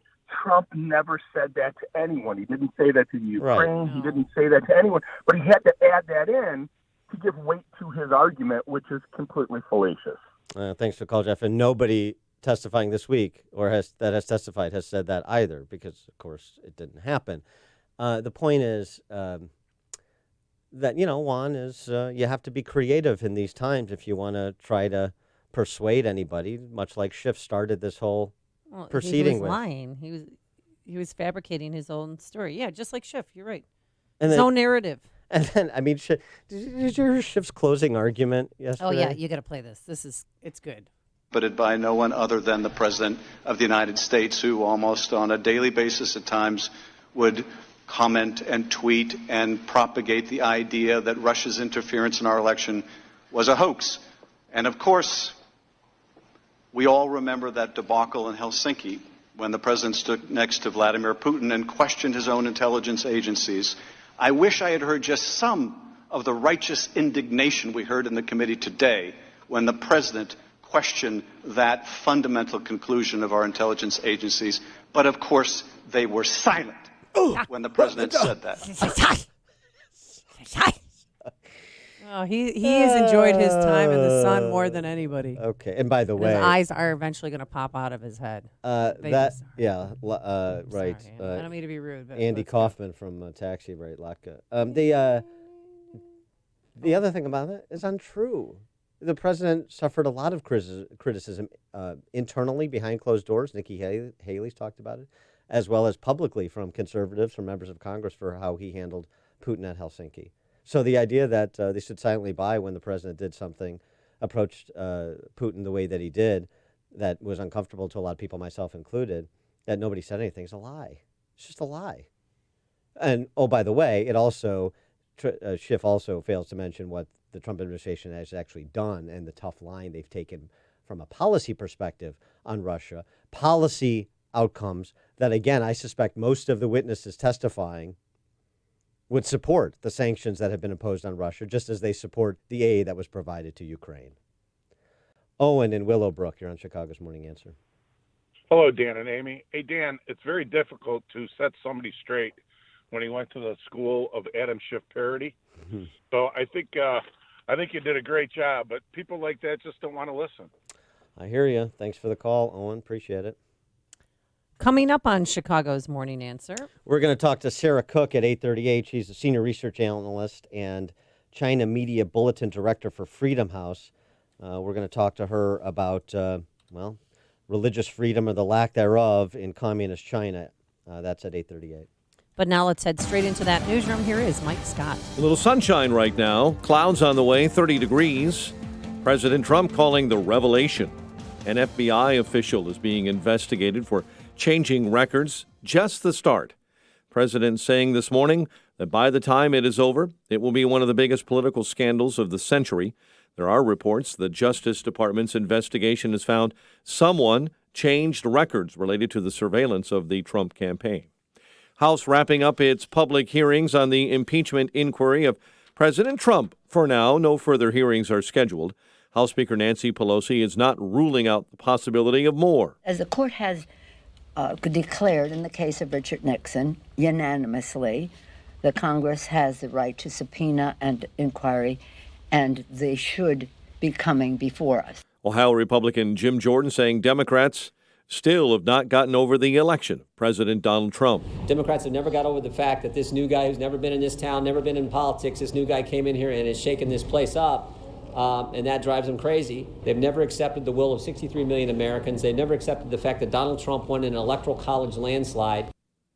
The parents of Otto Warmbier this morning are asking South Korea to pressure North Korea on human rights issues. We feel that if you force North Korea to engage the world from a legal standpoint, then they will ultimately have to have dialogue. They're not going to come and have dialogue with us any other way. That was Fred Warmbier in South Korea today. Frontier Airlines apparently left a lot of passengers up in the air yesterday with an email telling them there had been a change to their upcoming flight.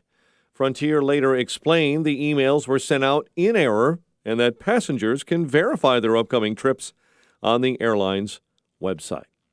Health officials are reporting a 5th Illinois resident has died after experiencing an e-cigarette or vaping-related lung injury. A total of 190 in Illinois have experienced lung issues using e-cigarettes or vaping products tainted with vitamin E acetate or THC. Both are tied to vaping marijuana. A man is dead after being struck by a vehicle on Chicago's north side. The victim struck last night while crossing Lakeshore Drive near Wilson, and an investigation continues after a woman was found dead in the back of a burning car on Chicago's near north side. The body discovered early this morning in the backseat of a parked vehicle in the 1400 block of West Farragut Avenue. Chicago sports. White Sox make a free agent splash with the addition of catcher Yasmani Grandal. He had 28 home runs last season. The Lightning score 3 in the third to beat the Blackhawks 4-2. It's big college football day tomorrow for the Fighting Illini. They take on Iowa. The Illini have won 4 in a row. Northwestern hosts Minnesota, Notre Dame and Boston College, the Bears and Giants on Sunday. The News, a service of Staples Print and Marketing Services, making connecting with clients and loved ones easy with hundreds of holiday templates you can customize. Right now, get 20% off select custom cards and innovations. Ends 12/28/19. Visit staples.com/holidaycards or store for details. 8:33 and a check of traffic and weather on the way next on AM 560. Mike Gallagher reacts to Bloomberg getting into the race. Do you recognize how much trouble the Democrat Party is in even advancing this idea? If they think a 77-year-old former mayor of New York named Bloomberg is going to be their answer, holy cow, the party is in a mess. The Mike Gallagher Show, weekdays at 9, right before Dennis Prager at 11 on AM 560. The Answer. Stop wasting energy. There's a better way. Your company could be receiving energy efficiency incentives by recycling waste heat from on-site power generation equipment and turning it into useful energy. The federal government is pushing utility companies to be more efficient. In turn, utility companies are offering incentives for your business. Charles Equipment can help get you up and running with cogeneration, also known as CHP, Combined Heat and Power, a clean and efficient way to generate heat and power. CHP systems can supply at least a portion of a building's electrical load and capture waste heat from hot exhaust gases for use in heating, cooling, hot water, and dehumidification. Charles Equipment can install and manage the cogen equipment at your facility and help your energy use become 70 to 90% more efficient. Start making better, more energy-efficient decisions and save money in the process. Call Charles Equipment, 630-834-6000 or online at charlesequipment.com. Reliable industrial generators. They've got the power. Are you looking for the perfect gift?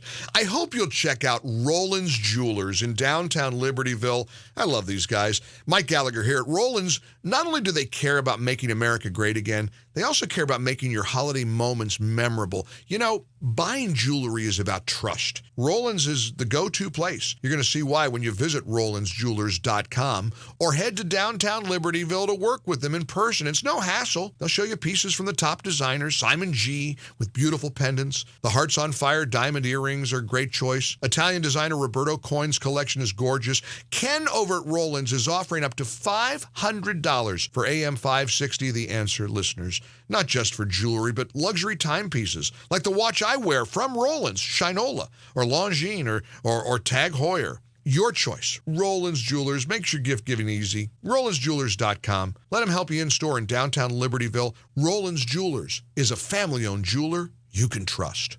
A lost dog, not a lost cause. Read Catching Murphy, the latest book from the Associated Press, available now exclusively at Amazon.com. 8:36 on AM 560. It's time for a dry basement and a healthy home. It's time to call Permaseal, 800-421-SEAL, and time to check the roads. Here's Jim Talamonte.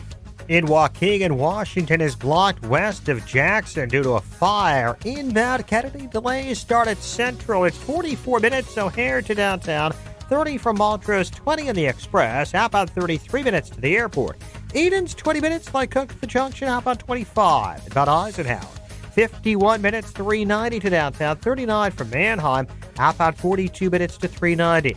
The Stevenson is 53 minutes, 355 to Lakeshore Drive. How about 44? Ryan, 30 minutes, 95 to downtown. I-57, 28 minutes, 90 to the Merge, Mission 427. Northbound Tri-State delays are from the 83rd Street Toll to the Hinsdale Oasis, St. Charles to Lawrence. Veterans Memorial at 75th to the Reagan Tollway. I'm Jim Telemonte on AM 560, The Answer. Chicago's Morning Answer continues next. Your official Chicagoland weather forecast from the 1 Hour Heating and Air Conditioning Weather Center. Colder. Clouds and sunshine today, high 39. Clear to partly cloudy and 26 overnight, 30 at O'Hare. Next news coming up at 9, and Chicago's Morning Answer with Dan and Amy continues next on AM 560, The Answer. This hourly segment is brought to you by In the Know with Wealth Management Group, hosted by Craig Bolanos. Heard Sunday mornings at 10. If you're looking for the latest news, insight into what it means, and the sharpest opinion, there's only one station in Chicago where you can turn, and it's this one. We're AM 560, The Answer. Dan and Amy, and unanimous resolution passed in the Senate this week condemning the Chinese persecution of Uyghur Muslims. Now, I don't know if, if James Harden or Steve Kerr or King LeBron James are ready to weigh in on this. I believe they are still cloistered away with Steve Kerr's brother-in-law, the Chinese studies professor. Oh, right. To learn more about China, to understand if, like, the repression of Hong Kong protesters or the persecution of Uyghur Muslims, rounding them into concentration camps, disappearing people, you know, if that's problematic, if that's something that would run afoul of NBA values or LeBron James's values or Steve Kerr's values, because they often speak in the lexicon of values, and so it's just interesting to know unanimity in the Senate. I don't know if that will inform the position taken by so many in the NBA, including their fork-tongued commissioner Adam Silver. For more on this topic, we're pleased to be joined by Sarah Cook, Senior Research Analyst and China Media Bulletin Director for Freedom House, author of The Battle for China's Spirit on Religious Freedom under President Xi Jinping. And she's written on this topic specifically with respect to the NBA and how this became an international story after the Houston Rockets general manager's tweet, Daryl Morey's tweet. Sarah, thanks so much for joining us. Appreciate it. My pleasure. Good morning. So just give us the architecture of this for a minute before we get into some of the larger issues in China, and particularly as it pertains to religious freedom. We're mentioning the Uyghur Muslims. But the Daryl Morey tweet, and then you describe the coordinated response to that tweet. Yeah, so I mean, I think, a lot of people have seen the tweet and perhaps seen later that he had deleted it and removed it. And apologized. What we didn't see right away or were aware of was the massive troll attack he had come under. And it took a few weeks until the Wall Street Journal exposed this and said that nearly 170,000 tweets had been directed at him just in the hours and days after his initial tweet. What's interesting, so that's a rate of like nearly 2 messages per second that he would be getting saying that someone had responded to his tweet. And some of these included verbal abuse, threats, comments about his mother, in a way that was really quite intimidating. What's interesting is that these were not bot accounts. These were apparently, based on the experts who analyzed the data and the messages, these were actually sent by a massive amount of human users, likely from inside China, who were mobilized to do this. And mobilized by who? Well, we don't know that for certain, but, you would imagine there would certainly be at least some level of condoning of that or turning a blind eye if it wasn't actually instructed by the Chinese government. Because for one thing, Twitter is blocked in China, and you have to use special tools to jump the firewall to access it. And we've seen other cases where Chinese democracy activists and human rights activists using Twitter to criticize the Chinese government, are getting a knock at the door by police. But here you've got tens of thousands of people who are having no problem getting on Twitter and harassing Maury, basically. So if it wasn't directed by the Chinese government, it was certainly condoned by the state. And then there were these viral videos that showed Chinese basketball fans, tearing up their tickets. Do you think any of that was staged, or was that real anger? I think that was real anger, but I think what you have to keep in mind is the narrative that these people have been fed about what's happening in Hong Kong. And so there was one study, for example, that found that systematically the characterizations on Sina Weibo, which is because Twitter's blocked, that's like the popular Twitter version, microblogging platform in China, had framed all of the demonstrators as pro-Hong Kong independence, which is completely inaccurate, but really feeds into, the narrative that Chinese state media are feeding as well to people in China, that this is the violation of the sovereignty, this is about separatism, when it absolutely isn't. It's really Hong Kong people trying to seek the rights they've had until now, and even a process of greater democratization that's guaranteed in the existing law of Hong Kong. And you also write, this is interesting, not surprising, but it's worth noting. So they turn the hose on Maury, Chinese Communist Party, and then they turn it off after there was sufficient damage done and sufficient retractions made.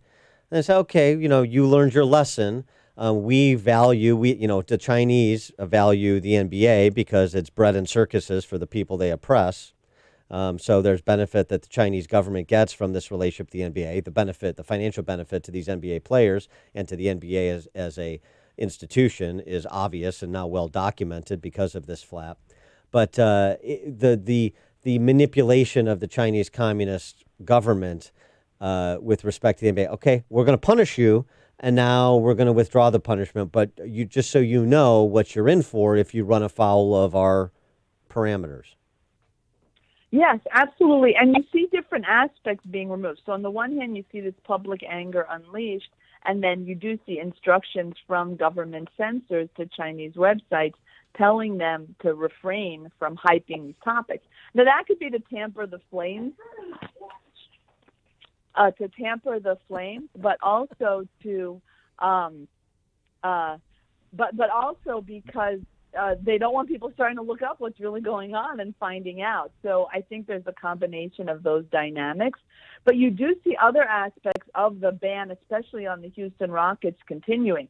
So you see a situation where even when other NBA teams live streaming has been allowed, some of the games have been aired in China, they're still banning the Houston Rockets specifically, which is especially ironic because the Houston Rockets is one of the most popular teams in China because of Yao. They had Yao Ming for all those years. Yeah. Well, wait. So do you think they're ever going to lift that ban on the Houston Rockets games or airing them in China? To be honest, I would imagine at some point it would be lifted. I think, it's a question of the cost-benefit analysis and perhaps, additional behind-the-scenes negotiations between the Houston Rockets and Chinese Central Television or Tencent, which is the private company that broadcasts these online. The New York Times report over the weekend, the documents they were able to obtain from internal documents, Chinese Communist Party documents, about the horrific repression of Uyghur Muslims in China, the having to essentially program them to cleanse their minds of bad thoughts, disappearing parents, children go to school and they come back and their parents are gone. I mean, literally concentration camps that are set up. Mm-hmm. Arguably as many as 1 million Uyghur Muslims detained. I think the New York Times report is eye-opening for a lot of people who maybe have heard the top line of this story but didn't really appreciate just how deplorable the Chinese government was in their conduct towards this Muslim population.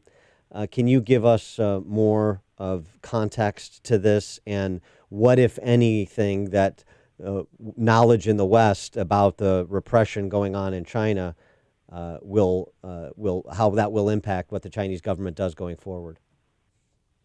Certainly. Well, I think one of the pieces of context is that some of these tactics now being applied really en masse in Xinjiang had been used before, whether it's in Tibet or against, for example, members of the Falun Gong spiritual group that have been persecuted in China for 20 years. Because when I first heard the term, quote, transformation being applied with regards to Xinjiang, I knew about a year and a half ago, I'm like, this is bad news. Because that's what they've been doing, the Falun Gong practitioners, for all these years. And that means detaining people, torturing them, forcing them to make these comments and sing these Communist Party songs. And if not, you're very much subjected to various forms of physical and psychological pressure. I think what we see in Xinjiang, partly because of the geographic isolation, is that the sheer number and the institutionality of it, that they've been able to build is perhaps greater. But they've also been able to do it so quickly because the Communist Party has so much experience with this. I mean, I think for people looking outside of China, I mean, to be honest, there are economic dimensions to this. We know that there's now forced labor being used by people there. Some of the products are being sold for export. There have been some sanctions applied on Chinese surveillance companies by the U.S. government. And I think there's a lot of discussion now even about pension funds and the like. So I think one thing that people may want to really consider on just a personal individual level, and I've done this with my own financial advisor even before this particular outbreak of repression, is really looking at what Chinese companies are in the portfolio. And that's not necessarily just at surveillance companies. I mean, these big companies like Tencent. Tencent runs one of the biggest social media apps in China. And we know that whether it's Tibetans who have shared images of the Dalai Lama, they've been sentenced to prison. A 24-year-old soccer player, a Uyghur soccer player, has disappeared because he tried to contact family outside of China via WeChat. A professor from Guangdong was sentenced to prison for posting images about Falun Gong. So this is a company that, in addition to blocking the NBA, banning some of the NBA broadcasts, is very much turning over user information that lands innocent people in jail. So I think that's something that it doesn't just take a government, but even just ordinary Americans can maybe try to see what they can do to put pressure. Money talks, right? Especially with regards to China. But are you surprised, though, at how America caved to China? Well, not America, but NBA caved to them?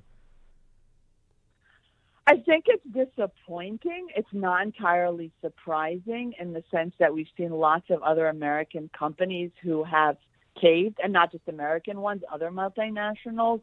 And the Chinese government is very good at using this leverage. I think what was surprising here was the scale of the backlash for something relatively minor. But we've seen that already. I mean, we saw Mercedes-Benz get slammed by China because of a quote of the Dalai Lama that was shared on Instagram. Again, something shared in English on a platform that's blocked in China. So there was some precedent. But I think what was different in the NBA case was also the outrage on the American side, which I don't think we've seen so much in terms of really members of Congress from across the political spectrum. You don't see Ted Cruz and Ocasio-Cortez signing onto letters together very often, but they did in this case. You mentioned the propaganda, too, the transformation and the propaganda that goes along with quote-unquote transformation. It really was driven home to me recently in watching the documentary One Child Nation, and the illustration of the propaganda that Chinese families were subjected to for the 35 years of the one-child policy. Now we're into new propaganda for the new two-child policy the last 4 years now. But that was an important piece of that documentary, which I've been recommending ever since I saw it a couple of weeks ago. Is that a good illustration of what we're talking about when you talk about propaganda associated with transformation, in addition to the torture and the persecution? I'll admit I haven't actually seen that film myself, but I will certainly take a look. I think, it depends, and the propaganda can vary, but depending on who the target is. So I think for Uyghurs in particular, a lot of it is about, kind of driving home the state-approved version of Islam, right. Trying to talk about ethnic unity and things like that. And a lot of it is just more generally about trying to get people to give allegiance to the Communist Party and give allegiance to Chinese control, in this case, over their over their region, right? I think in the one-child policy, in some cases, it was a little bit different. But a lot of it does also often entail, various kinds of threats and warnings. Oh, yeah. In terms of, what's going to happen to you if you don't. And I think you saw that also, again, in these questions and answers that officials were being told that are in the New York Times documents of how to respond to students if they're asking what happened to their disappeared family members. She is Sarah Cook, Senior Research Analyst and China Media Bulletin Director for Freedom House, author of The Battle for China's Spirit, which tackles religious freedom under President Xi. Sarah, thanks so much for joining us. Appreciate it. My pleasure. And she joined us on our turnkey.pro answer line. It's what Chicago is talking about. It's Chicago's Morning Answer with Dan and Amy on AM 560. The Answer. Balance of Nature. Changing the world, one life at a time. As a retired RN, I know the importance of nutrition. I always have. Good food. It's actually healing you from the cellular level out. I'm living proof of that because for the past decade, I've been dealing with very painful brown spots on my forehead. And the painful brown spots, they're gone. I'll never be without my Balance of Nature, ever. There's only one thing that changed in my life, and that was taking Balance of Nature.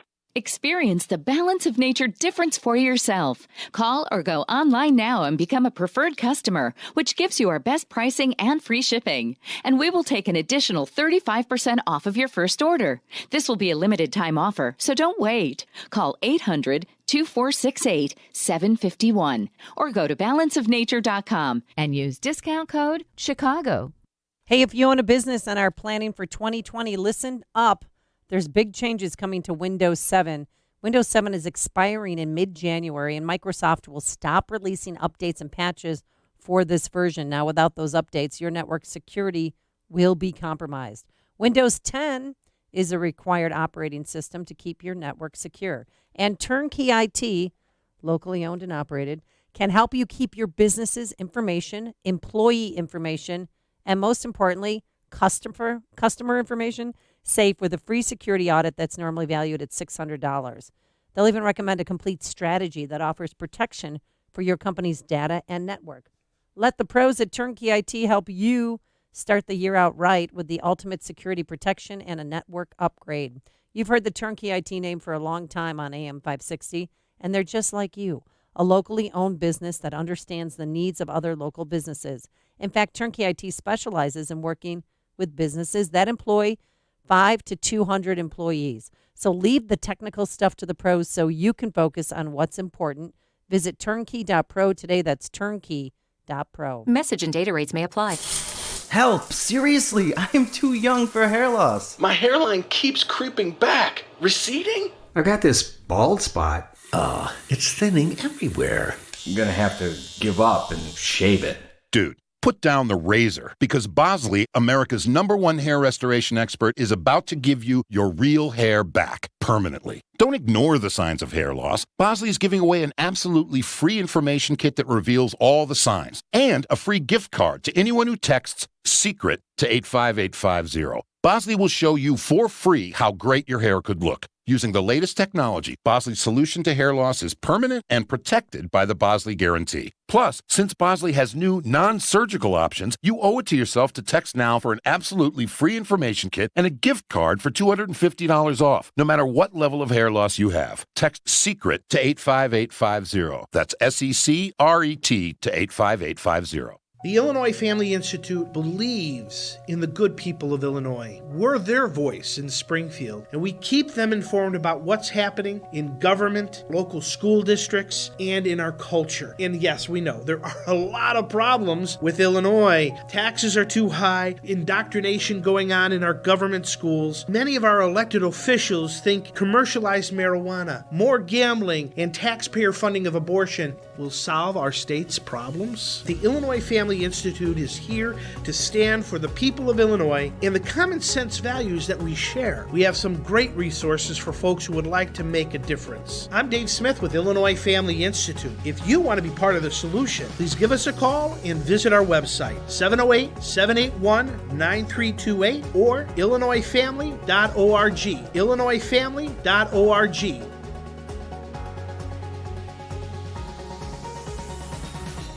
Are you tired of paying another mortgage payment for your health insurance? Did you know you're not locked into your current health plan? With non-Obamacare health plans, you may save 25 to 50% or more each month. Contact SBL Insurance Group. They recently helped a healthy family of 5 who were paying $1,800 per month for health insurance using a well-known regional insurance carrier. SBL Insurance Group was able to lower their premium to $750 per month and pick up additional coverage. There are no open enrollment periods, which means you can start or stop your health plan any time of the year. You can also cancel anytime. 2019 has been a remarkable year with the expansion of product portfolios from many insurance carriers. With the elimination of the individual mandate, you're now free to choose any health insurance plan for you and your family without the added stress of a yearly penalty. Contact SVL Insurance Group today to have a conversation and see what's best for your family. Call 224-465-8276. That's 224-465-8276. Online at svlinsurancegroup.com.